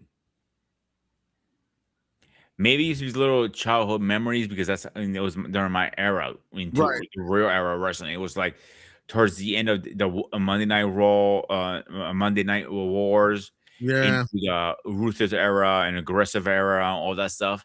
And hear the knock. and like it's time, Bill, and he busts through that door. Like even Survivor Series, he did a great. I love it. He busted his head open in the process. But I know people say talk shit. Oh, he's not a good wrestler. He's not good this. Like, but he has a good entrance. Think about it. His entrance is very memorable. Yeah, You can't go wrong with that. that's true. One wrestler, honestly, one wrestler that did, like, we all remember Edge when he was with the Brood, but when he comes out to Alter Bridge, that is like, I remember when he first made his return to the Royal Rumble when it was in Houston that year. And when he was, and when you heard Alter Bridge, you're sitting there like, what? And I remember they was showing they were showing a video of this, I think it was a bar. I don't know if it was in Houston or anything else. They were showing the Royal Rumble. And when they heard Edge's song came out, they went bananas. I remember that. It was like, it feels like it just happened. He was like, everybody was jumping up and down, going crazy. And I remember the look on Edge's face when he came out. And I thought he was going to cry. He was. It looked like he was about to cry. He was like, oh my God. He was emotional. Because this was a journey years in the making. Yeah. Think about it. His injury sidelined him for years. He did a couple of appearances here and there, a couple of spears, but not like in like a whole match. Right. When I saw him back there, I'm like,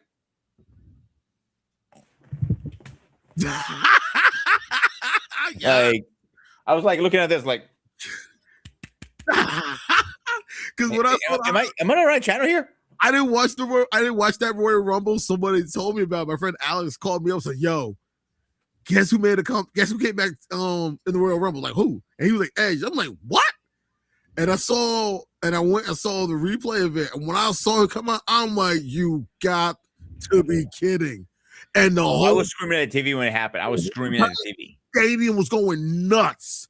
Yep. And he came out like, they still remember me. They still love me. And also he had that look of, I didn't think I would ever be back to hear this ever again. And I remember when he walked out, he just almost had tears in his eyes. He's walking out slowly, having moments with the fans that they just like, thank you for coming back. We miss you. And like, to me, that's one of the best entrances, not in WrestleMania, but that's definitely one of the best entrances from a pay-per-view. Edge's return in the Royal Rumble.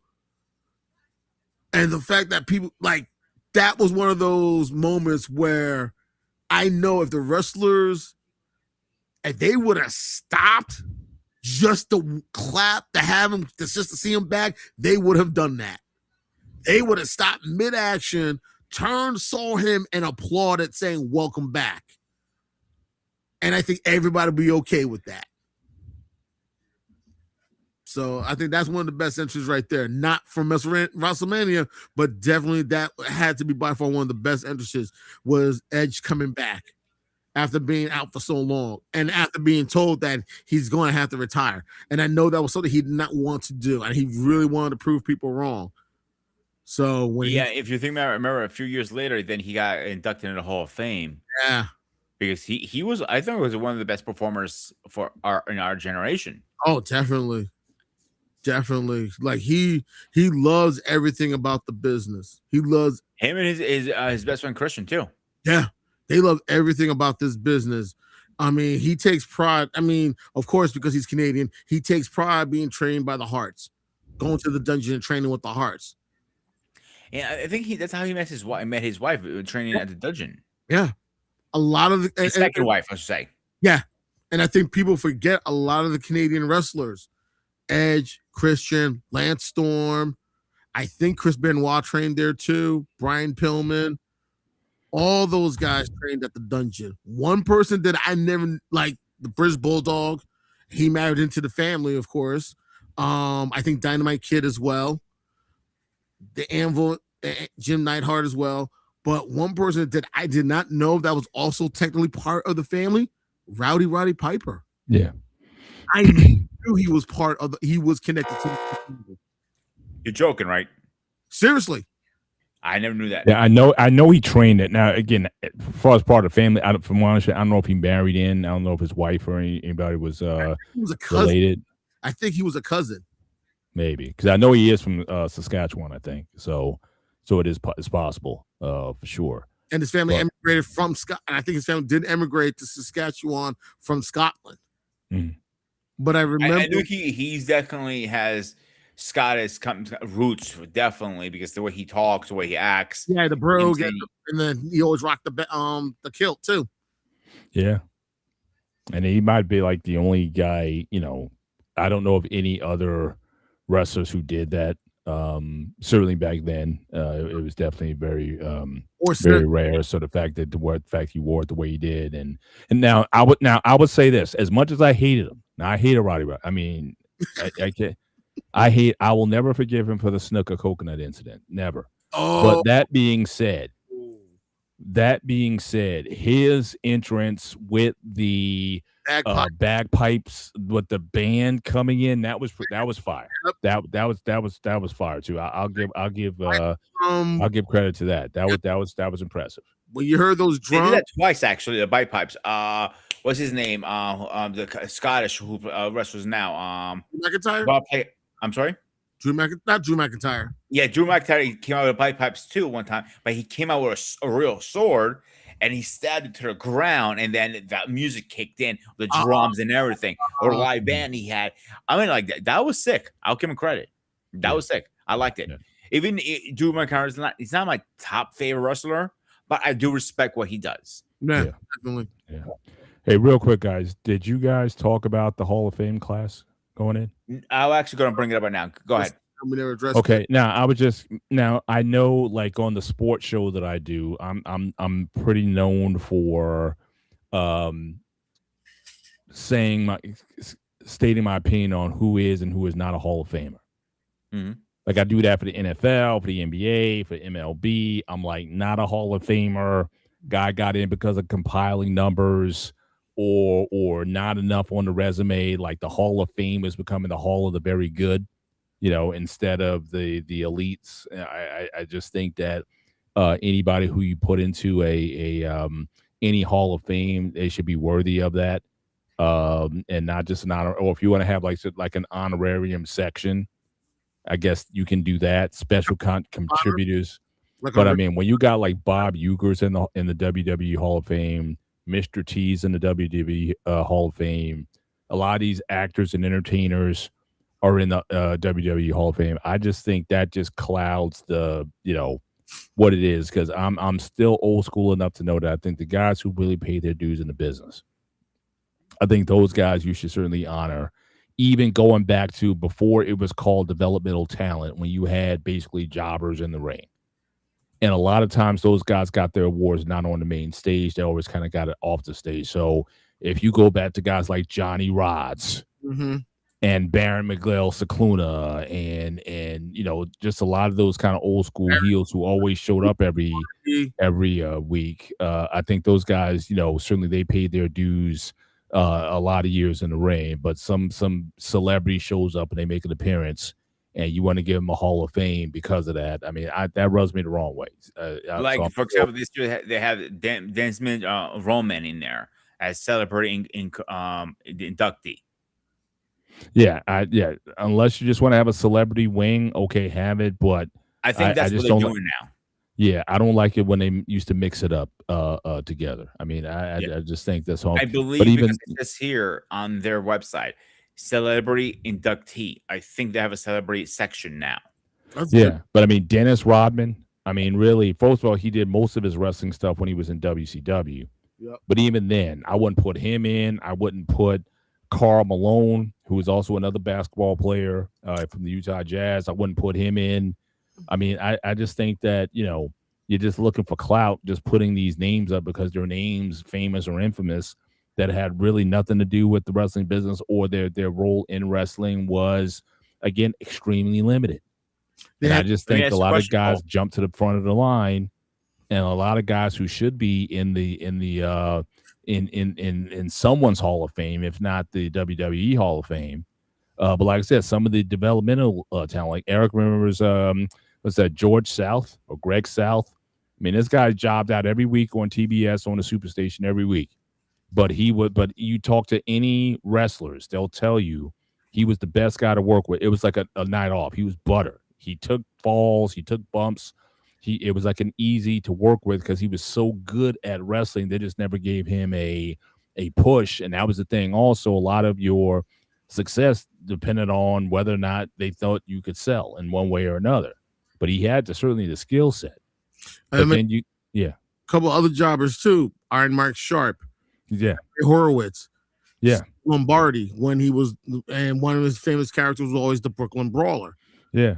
I just mentioned Pete Rose. I mean, come on. I mean, you had a very good Mike Tyson. Yeah, Mike Tyson. He refereed one match between it was like Triple H and a Heartbreak Kid or something like that. Or so I mean, I just think that if you want to make it for real, then I think you need to have some criteria guys who, yes, box office, yes, they made you money, yes, they were great performers, and I think those guys need to be recognized. So from what I understand, this year's class, Stephanie McMahon, obviously, CEO, she could have went in years ago, I guess. But I'm just back at the time. I'm saying but I'm saying she could have been in the years ago, but True. I guess with everything getting dicey with the family and everything, and so I guess they're putting her in now. Who knows? Maybe Shane will come in next year. I don't know if he's not in already. AJ Styles is definite. Demolition is definitely. Demolition's overdue. What's that? Demolition's long overdue. Well, I know people, totally. Yeah. I know people use the call them out saying, "Oh, they're biting off of the Road Warriors / Legion of Doom. All these guys are just like a cheap version of them." But the music, the hockey masks with the all black and everything, it worked. It worked for them. Yeah. And when you look at, and the fact that people forget there were three guys, it was Axe, Smash, and Crush. And when Axe couldn't wrestle for a period of time, Crush would step in for him. Crush came in later. I mean, Demolition, they were kind of like, staying us for years. And Crush was almost like a late addition to the group. It's almost like what they did with Legion of Doom after a while when Hawk was having his issues, whatever. They brought in a third guy who kind of would fill in if he missed the show or something like that. But definitely long overdue. Now, Sid Vicious or Psycho Sid, I would definitely say that should have came a while ago. I think that's long overdue. Now it's interesting. Bad News Brown. I'm kind of it's like, look, it's not like you have a ton of African American inductees. I get all that, but he was a mid Carter for a good portion of his time in WWE. He wasn't that, he wasn't that great. I know the guy has a but you're being too harsh now. Yeah. But if you want to talk about like real like performers or whatever, I mean, he was a B level talent. Now in real life, I know the guy was a judo. I don't know, it was like in the Olympics or something like that. He was a real judo expert or something like that back in the. And I know he competed in a lot of shows in Japan, a lot of shoot matches in Japan and all that. I know, so he was like a legit tough guy. He's like one of those guys that's like, guys you don't want to mess with outside the ring. He would be one of those guys. I would definitely say that. But I never thought he really sold while he was there. The angle that he did with Piper with the black-white thing, with Piper coming out half a split face painted black, the other one side painted white. I just think they just milked that, I think, way too much. And from and the surprising thing to me is for everything that every time I heard him interviewed, he didn't have a great time in WWE. So, I would think the fact that they even offered it to him, the fact that he's even taking it is a little surprising to me, given that he didn't necessarily think he was utilized the way he should have back then. But he doesn't come to mind. It's like, okay, like who's a Hall of Famer?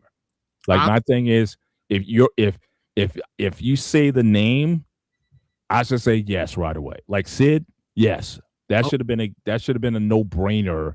Sid Vicious or Psycho Sid or Sid, Sid Yulee, definitely a Hall of Famer. I don't see what, like I said, I don't see One what took thing so I heard long. about Sith, and like he might saw this badass character or asshole, whatever, on TV. He was the sweetest guy in the backstage, helping everybody out. So I'll back you up on that, Paul. I think he should be inducted a long time ago, not now. Right. Um, and they've been. I remember when Hall of Fame was Hall of Fame back in the Yeah. day, and it was something like Hogan got inducted. Fuck what he did. That's a different story. Yeah, You Stone had Joe. Cold, The Rock. I mean, there's certain guys you just I'm know. gonna push back on The Rock because the year of the whole film of Rock, there was his whole family got inducted that year. That's all there was about The Rock that 1 year, if you remember. Well, again, now the Samoans. Now look, they go back to the 70s. I grew up watching the Samoans. They were the Demolition or the Legion of Doom of that era. Yeah. They dominated everybody. The twins. So they were definitely, if they weren't in the Hall of Fame by then, they definitely should have got in. Rocky Oh, they're in. Johnson definitely should have gotten in a long time ago. And Cheap Peter Maivia, I mean, come on, he's like the patriarch of the that whole family. So I'm not yeah, saying on that, Paul. What I'm saying that they should split it up a little bit because that 1 year was like The Rock was who was hosting it. Then it was his. They started from the bottom. His grandfather, then his uncles. Not denying that they all should be in the Hall of Fame. I agree with that. But split it up a little bit because he could. It was like it wasn't a Hall of Fame. It was the Rock show. I felt almost. You felt like it was a tribute to the. You felt like it was definitely a tribute to like the Anoa'i.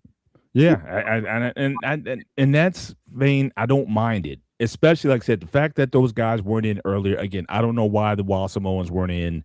They should have way been in there a decade or so earlier. But again, I guess once the show started getting big, because back then, like I said, it was like literally like they didn't even broadcast the Hall of Fame. You know what I mean, it just kind of grew over time to become televised, and it became bigger and bigger over the years.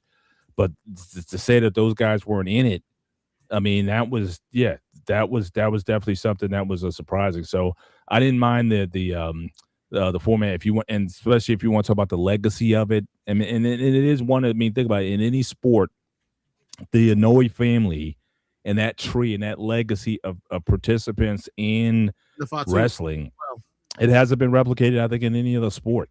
That's true. Ever. I mean, you've had fathers and sons play and stuff like that, but not to that, not to that extent. So again, the Inoue's in general, and that if you look at that whole family tree and hierarchy, it's remarkable. Their contributions to wrestling, period.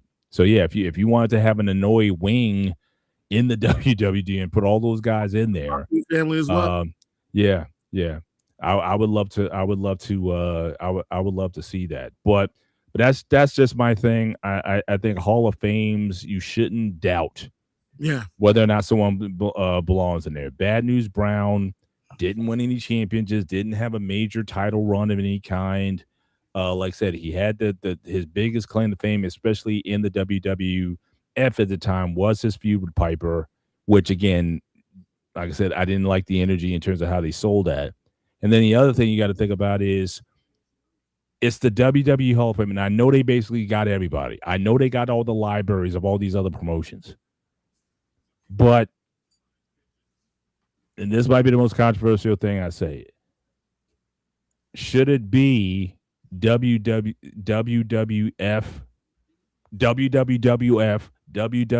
or WWE talent? So you want to put the Rock and Roll Express in. They did that a few years ago. Now, again, they were monsters in the NWA. No question about it. But Vince McMahon Jr. left the NWA, left the collective and that whole thing, started his own thing, bought everybody out. Now, I get it. You want to honor these legendary wrestlers in these other territories in the territory era. But to say that they're in the WWE Hall of Fame, I'm how do you guys feel about that? Or maybe they should do, again, split it up some more. There's an NWA Hall of Fame, and there's a UWF Hall of Fame, and there's a whatever. And just to let you guys know that these guys, like the Rock and Roll Express, never once competed in the WWF. or the ever. Freebirds. I think the same goes with the Fellas Freebirds as well. Freebirds had a couple shows. Their debut was in Philly. Cyndi Lauper brought them out, but they were a disaster. They missed shows. They were drinking and drugging all the time. They were a disaster. So I can't even, as a Hall of Famer, yeah. And it's not even the Freebirds because you got they had Ronnie Garvin as problem with one that, of the Paul, Freebirds. I'm not arguing. I agree with 100% with these different things, but I'll give you a good example why it's not going to work out. They had for a while. It's called the Ultimate Warriors Award. All right, it was like for like people who are above and beyond. Like the one kid who was a big fan of wrestling who died from cancer. He got the Ultimate Warrior Award. It started in 2014. Excuse me. Mhm. And they discontinued it in 2019 because the fans didn't want to, is they one it says it's no actual Hall of Fame for WWE.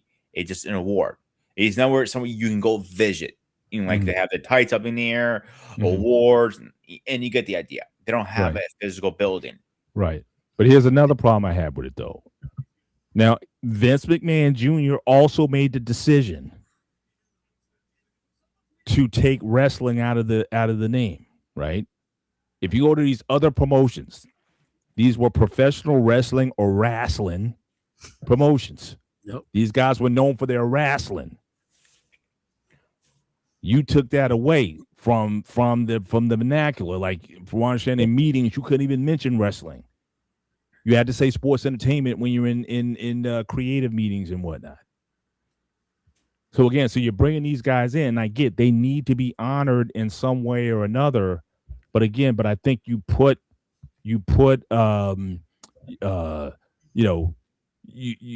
guys in who, again, from the legacy of these organizations. I mean, they didn't last. Either they didn't last because you outdid them or you bought them out or what have you. But do you want to make a guy an inductee because you bought them out, not because they did anything for WWE's business? If that makes sense. No, that's Well, really fast. Sorry, Anton, I didn't mean to cut you off. With Eric's last statement saying he doesn't think there's some people are not going to be in the Hall of Fame. I'm sorry. Yeah. See, and that drives me. I'm sorry. Go ahead, Wally. No, I'm just saying the name because Peter didn't. Yeah. Thank you. What I was going to say, and then you can go off my. Paul, you can go next, and anytime you can jump back in. Is never say never, because we see other names that we didn't think is ever going to happen, and they batted the hatchet, and they came back.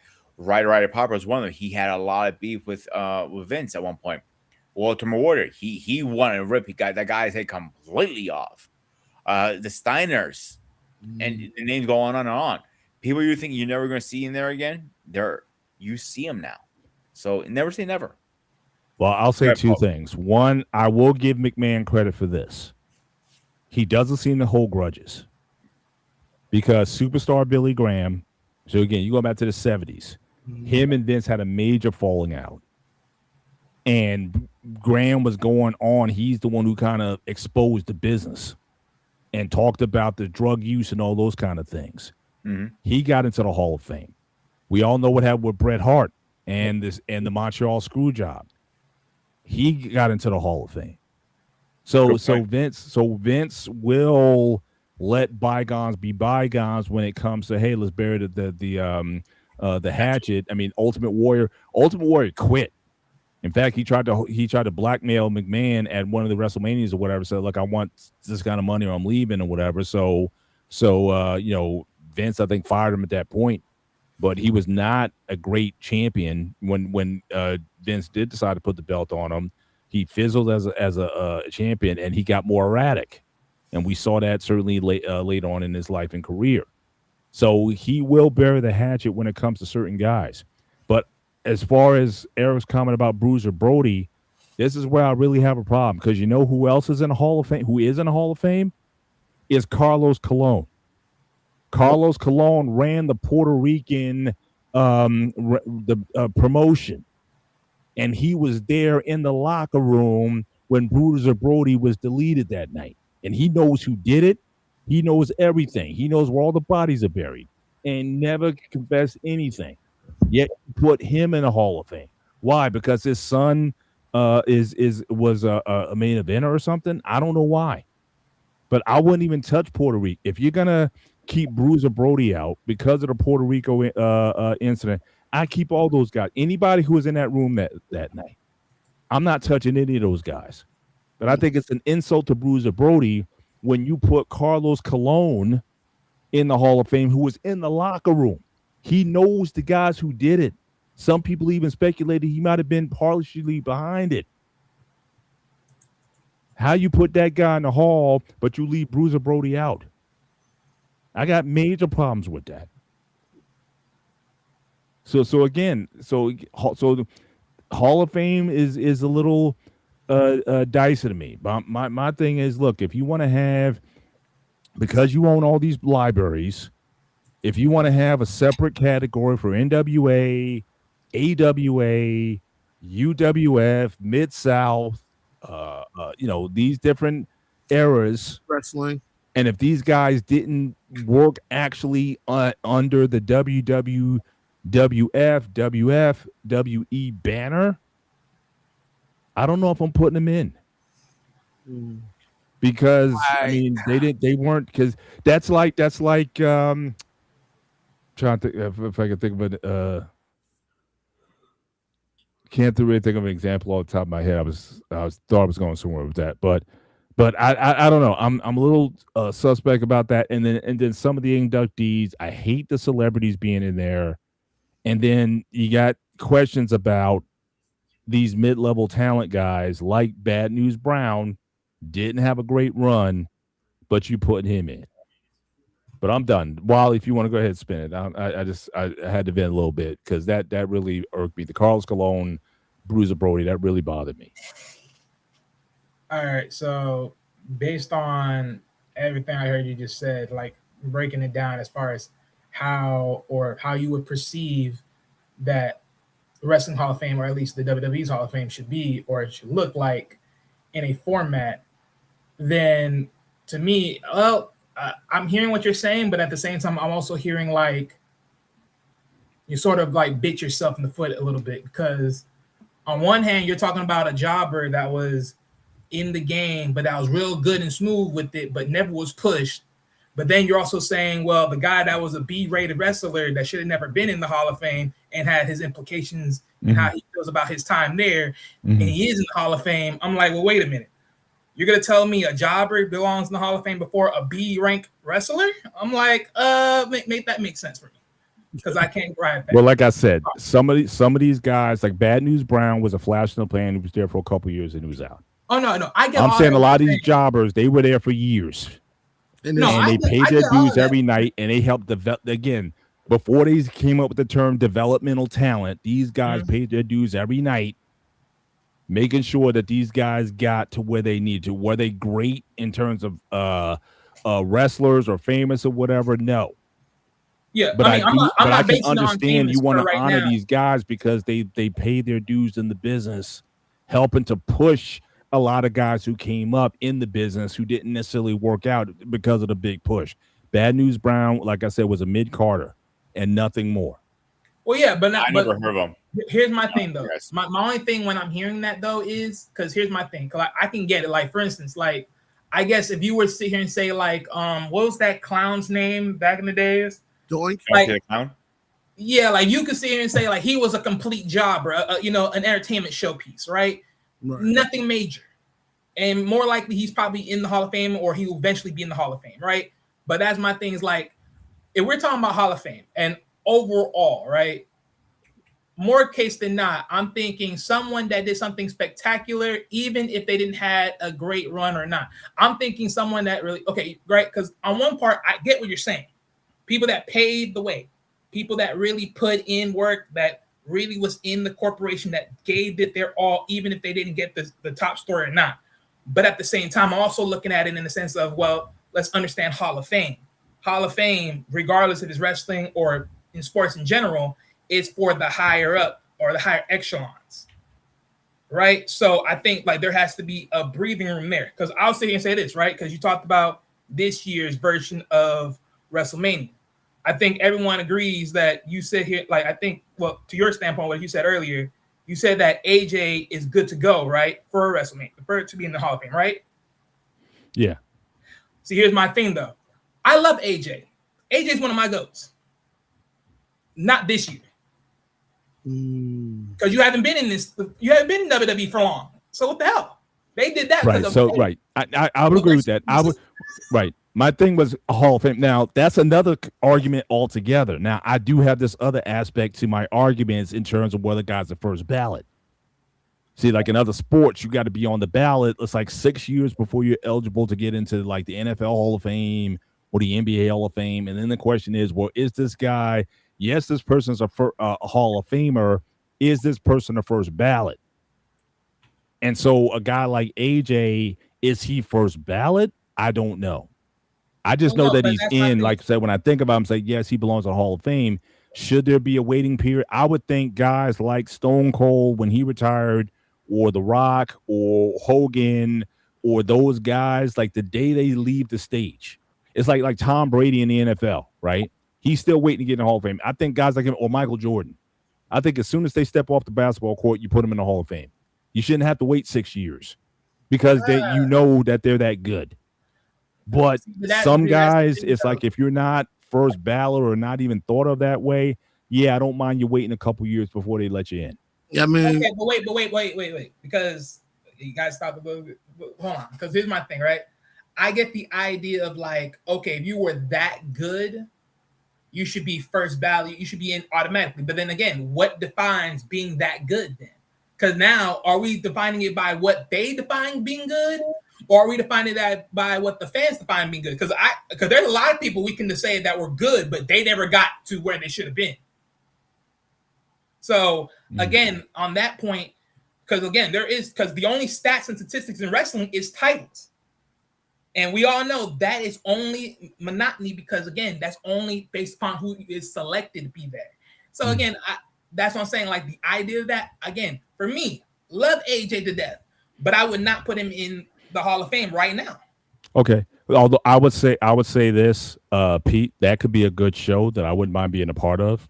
Yeah, let's debate up for next week. Just as we debate in baseball or basketball, what makes a Hall of Famer, what makes a first ballot Hall of Famer is a combination of the time they've been in the game, is a combination of their accomplishments, it's a combination of their skill set, all those things involved. So if we want to have a discussion in terms of, Wally, I would like to know, what is your Hall of Fame criteria then?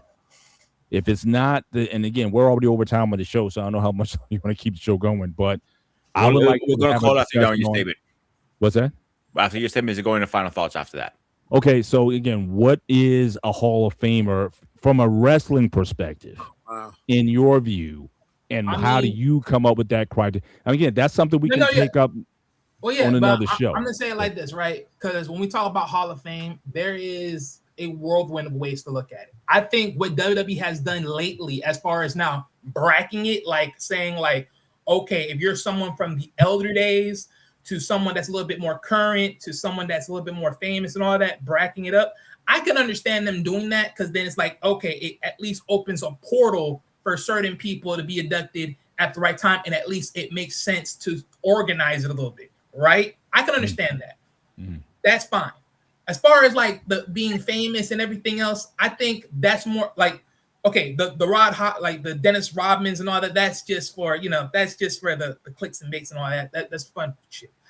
But I don't care for that. But, hey, look, if it popped or if it's a rememberable moment by a lot of people somehow, some way, it's like, well, then let it be what it is.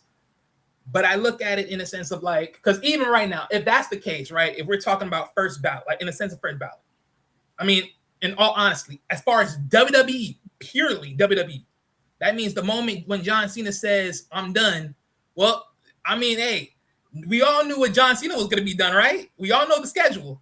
Then why is John Cena not elected? If that's the case. And so that's what I'm saying. The criteria, you got to be really like, the criteria has to be really proponently like on some real good stuff, because people are too wishy-washy with the idea of who belongs there. And even in like a lot of cases, even in basketball, football, whoever, because there's so much wishy-washy of like who should be first ballot or, you know, this and that and how you question it. Because like, okay, well, wait a minute. Before you question who should be first ballot, how did you get the person to be quote unquote nominated to be there? Because I'll even pivot in the sense of music. We got people that are nominated. Now, what got them over to be the winner? And that's the thing with me. So that's what I'm saying. Like in the same sense of being first ballot. Okay, yeah, these are all first ballot contenders, but now what got them over to actually being in? That's the thing that sort of bothers me, because there's a lot of times I think what I forgot the football player, but it was one of the wide receivers. They got it. I think they got a couple of times where they were first ballot, but then they just never got in yet, or they was never voted. Owens, Charles. Right. So that was because like, how long are you gonna keep on doing this? Like, so the criteria is very vague. That's what I'm like, especially in wrestling. Go ahead. Go ahead. No, you good. Go ahead. Wow, you there? I said, go ahead. Oh, well, put it like this. I put it like this. One wrestler we all know that should be in, and unfortunately probably will never get in, Owen Hart. We all know That's a whole different kind of words No, there you his- talk about. He should be in, but his family won't. But I His think wife that's a good wanted show. him in. So we can talk. So next week or whenever you want to do it, we can talk about what our criteria is, what makes a Hall of Famer, what makes a first ballot, who's in that doesn't belong in, who's not in that should be in. I think those are good. I think that's a worthy discussion for an upcoming show. All right, let's do it for next week, next Friday at 9:30 over here on Spartan Talk. We're going to do a wrestling except doing a wrestling story. We're just going to do let's talk about Hall of Fame and see our opinions and go from there. We're all in Sure, we're gonna agreement. do that for like at least 2 weeks. Why 2 weeks? Hello, we're trying to build up a criteria, right? We all would have to agree on the criteria. I mean, I like the roundtable discussion because this is something that, let's be honest, a lot of us wrestling fans have been talking about this for a long time. Who should be in, who shouldn't be in? How long should they wait? Which ones deserve the bypass the waiting period to get in automatically, and which ones should have to follow the mandatory waiting period as well? Like certain sports do have a waiting period between 3 and 5 years. And then you have some sports that will make an exception for particular individuals because of There something. shouldn't be no special treatment for anybody. Well, it's like that in certain sports. Like, for example, in hockey, when Wayne Gretzky retired, they bypassed the Hall of Fame, waived the 3-year waiting period, and they inducted him like that soon because of what he's done for the game of hockey and everything else. Hey, Yeah. that shouldn't matter. I know, but I'm giving you an example of certain Yeah. sports and certain Hall of Fames that will. Well, I'm not saying that shouldn't matter though, because again, are we again? Because that's what I'm saying. Like, well, okay, for me, this is for me for right now, right? Okay. That's why I'm pinpoint when it comes to criteria matters, right? Because what is really truly putting this person in? Like, what is the proponents that you're putting in? Because that's what I'm saying. Like, I think because I'm not too heavy in hockey, but I do watch it time to time just for the hits because they do be a little bit great on that. But I do believe, like, if you are like one of the figure faces, like, okay, for instance, if you were to said wrestling, one of the many figure faces, one way or another within the era, genre, and all that, right? You could say Ric Flair was one of them. You could say Hulk Hogan was another one. You could say Stone Cold, The Rock. And, and because they were the big figure faces around the time when they said that, quote unquote, they are retired for, whenever the quote unquote term of them saying they're retired or they're stepping away from wrestling and letting the newer guys step in and do their thing, is like, okay, that should have been easily a pathway to say, you know what, you paved the way for this generation, for this era to being what it is because you mass produce it to be on television. You're the one that kept the ball rolling. But then now notice, but that's not the case as far as wrestling. But that's what I'm saying. Like, those criteria, those are very vague. That's what I'm saying. Like, in sports, it just depends on what you're doing it on. I think hockey had to do that because hockey wasn't that well known, especially because in certain areas, hockey is not a very thing that is very much played because hockey is more so of a cold area type playground. I get what you're saying with that, Wally, and I'm a big hockey fan, and I can see why the Hall of Fame put Gretzky in as soon as he retired. And I'll give you one reason why. His trade from the Edmonton Oilers to the Los Angeles Kings forever changed the trajectory of the game here in the United States. You have 2 teams in the state of Florida. You got 3 teams in California. You got a team in the state of Texas. You had a team in Arizona that's now playing in the state of Utah. You have a team in the Carolinas, and so on and so forth. He changed the trajectory of the game in so many ways. You wouldn't have guys like Seth Jones, who's from the state of Texas. You wouldn't have Austin Matthews, who's from the state of Arizona. Those are perfect examples of how the game has grown because Gretzky went to LA. That's why he was given that honor. And that's why he was the only player in the history to ever get the honor of having his number retired league-wide.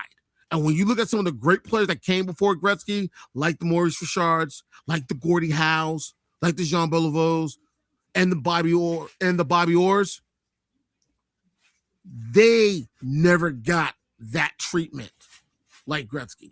I'm just going. Let's try to save some of it for the show because we go back and forth. I tried, man. I'm pulling the plug now on this. All right, I tried. If you guys hang on, if you guys have final thoughts, we can do it right now because if I continue like this, there's no point in doing the show then. Anybody has final thoughts? I'm good. I got a final thought. You do? Yeah. Right, hang on. Let me get you ready. Go ahead, my man. All right. This was definitely by far a great discussion on the entrances in WrestleMania because usually what tells you the type of wrestler that you're going to see competing is his entrance music, how he's coming to the ring, sometimes what he's wearing, who's with them, so on and so forth. And usually if you're one of those wrestlers, when you always wanted to see a particular wrestler, Daddy. I'm busy. When you had a particular wrestler that wanted to make a name or wanted people to know, hey, I have arrived, it was at WrestleMania. And we've had all these other great pay-per-views that the WWE has had. We all remember everything from King of the Ring to Survivor Series to Royal Rumble. But if you want to make a name for yourself, it was always WrestleMania. It was always the show of shows. And your entrance was telling people, I have arrived or I have returned. So I want to see who's going to try to do something a little bit different this year. I feel like they try to be a little bit safe and mundane, and that's not good. But when we talked about all the ones that have taken place prior to this one over the last 30 plus years, they all were creative. They were all willing to push the envelope. They all did something that got your attention and you looked forward to it. So I would love to see a lot of the current wrestlers try to do something that's not just reminiscent, but raises the bar and takes it to a whole new level. And hopefully one of those wrestlers do it. Whoever that man or woman is, I definitely hope I hope to see it. And that's all I got to say. And those are some words we're thinking about. Thank you. All right, thanks everybody for coming up tonight. Let's do a quick schedule today. Let's get the heck out of here. So tomorrow night we're talking about the best family TV show of all times, or are they not? So I'll see you guys tomorrow on that one. That's going to be a great discussion. Yeah, and we're talking about non-profit. Is it this week or taxes? Nonprofit organizations. The week after that, we'll talk about taxes in general. All right, and on Tuesday we're talking about love versus loyalty, and on next week, or I guess we're talking about Hall of Fame next week. If I can get these guys up. We're gonna have a roundtable discussion. Like, what should be the criteria? I think that's what we need to do. Definitely a roundtable discussion. No, What's that's fine. criteria? We'll figure it out. We're gonna figure it off the air. Okay. Okay. All right, guys. As always, I am the Spartan. He is my man Anton. My man Wally, Mr. President. As always, stay fresh, stay safe, and I'll see you guys. Be safe, everybody.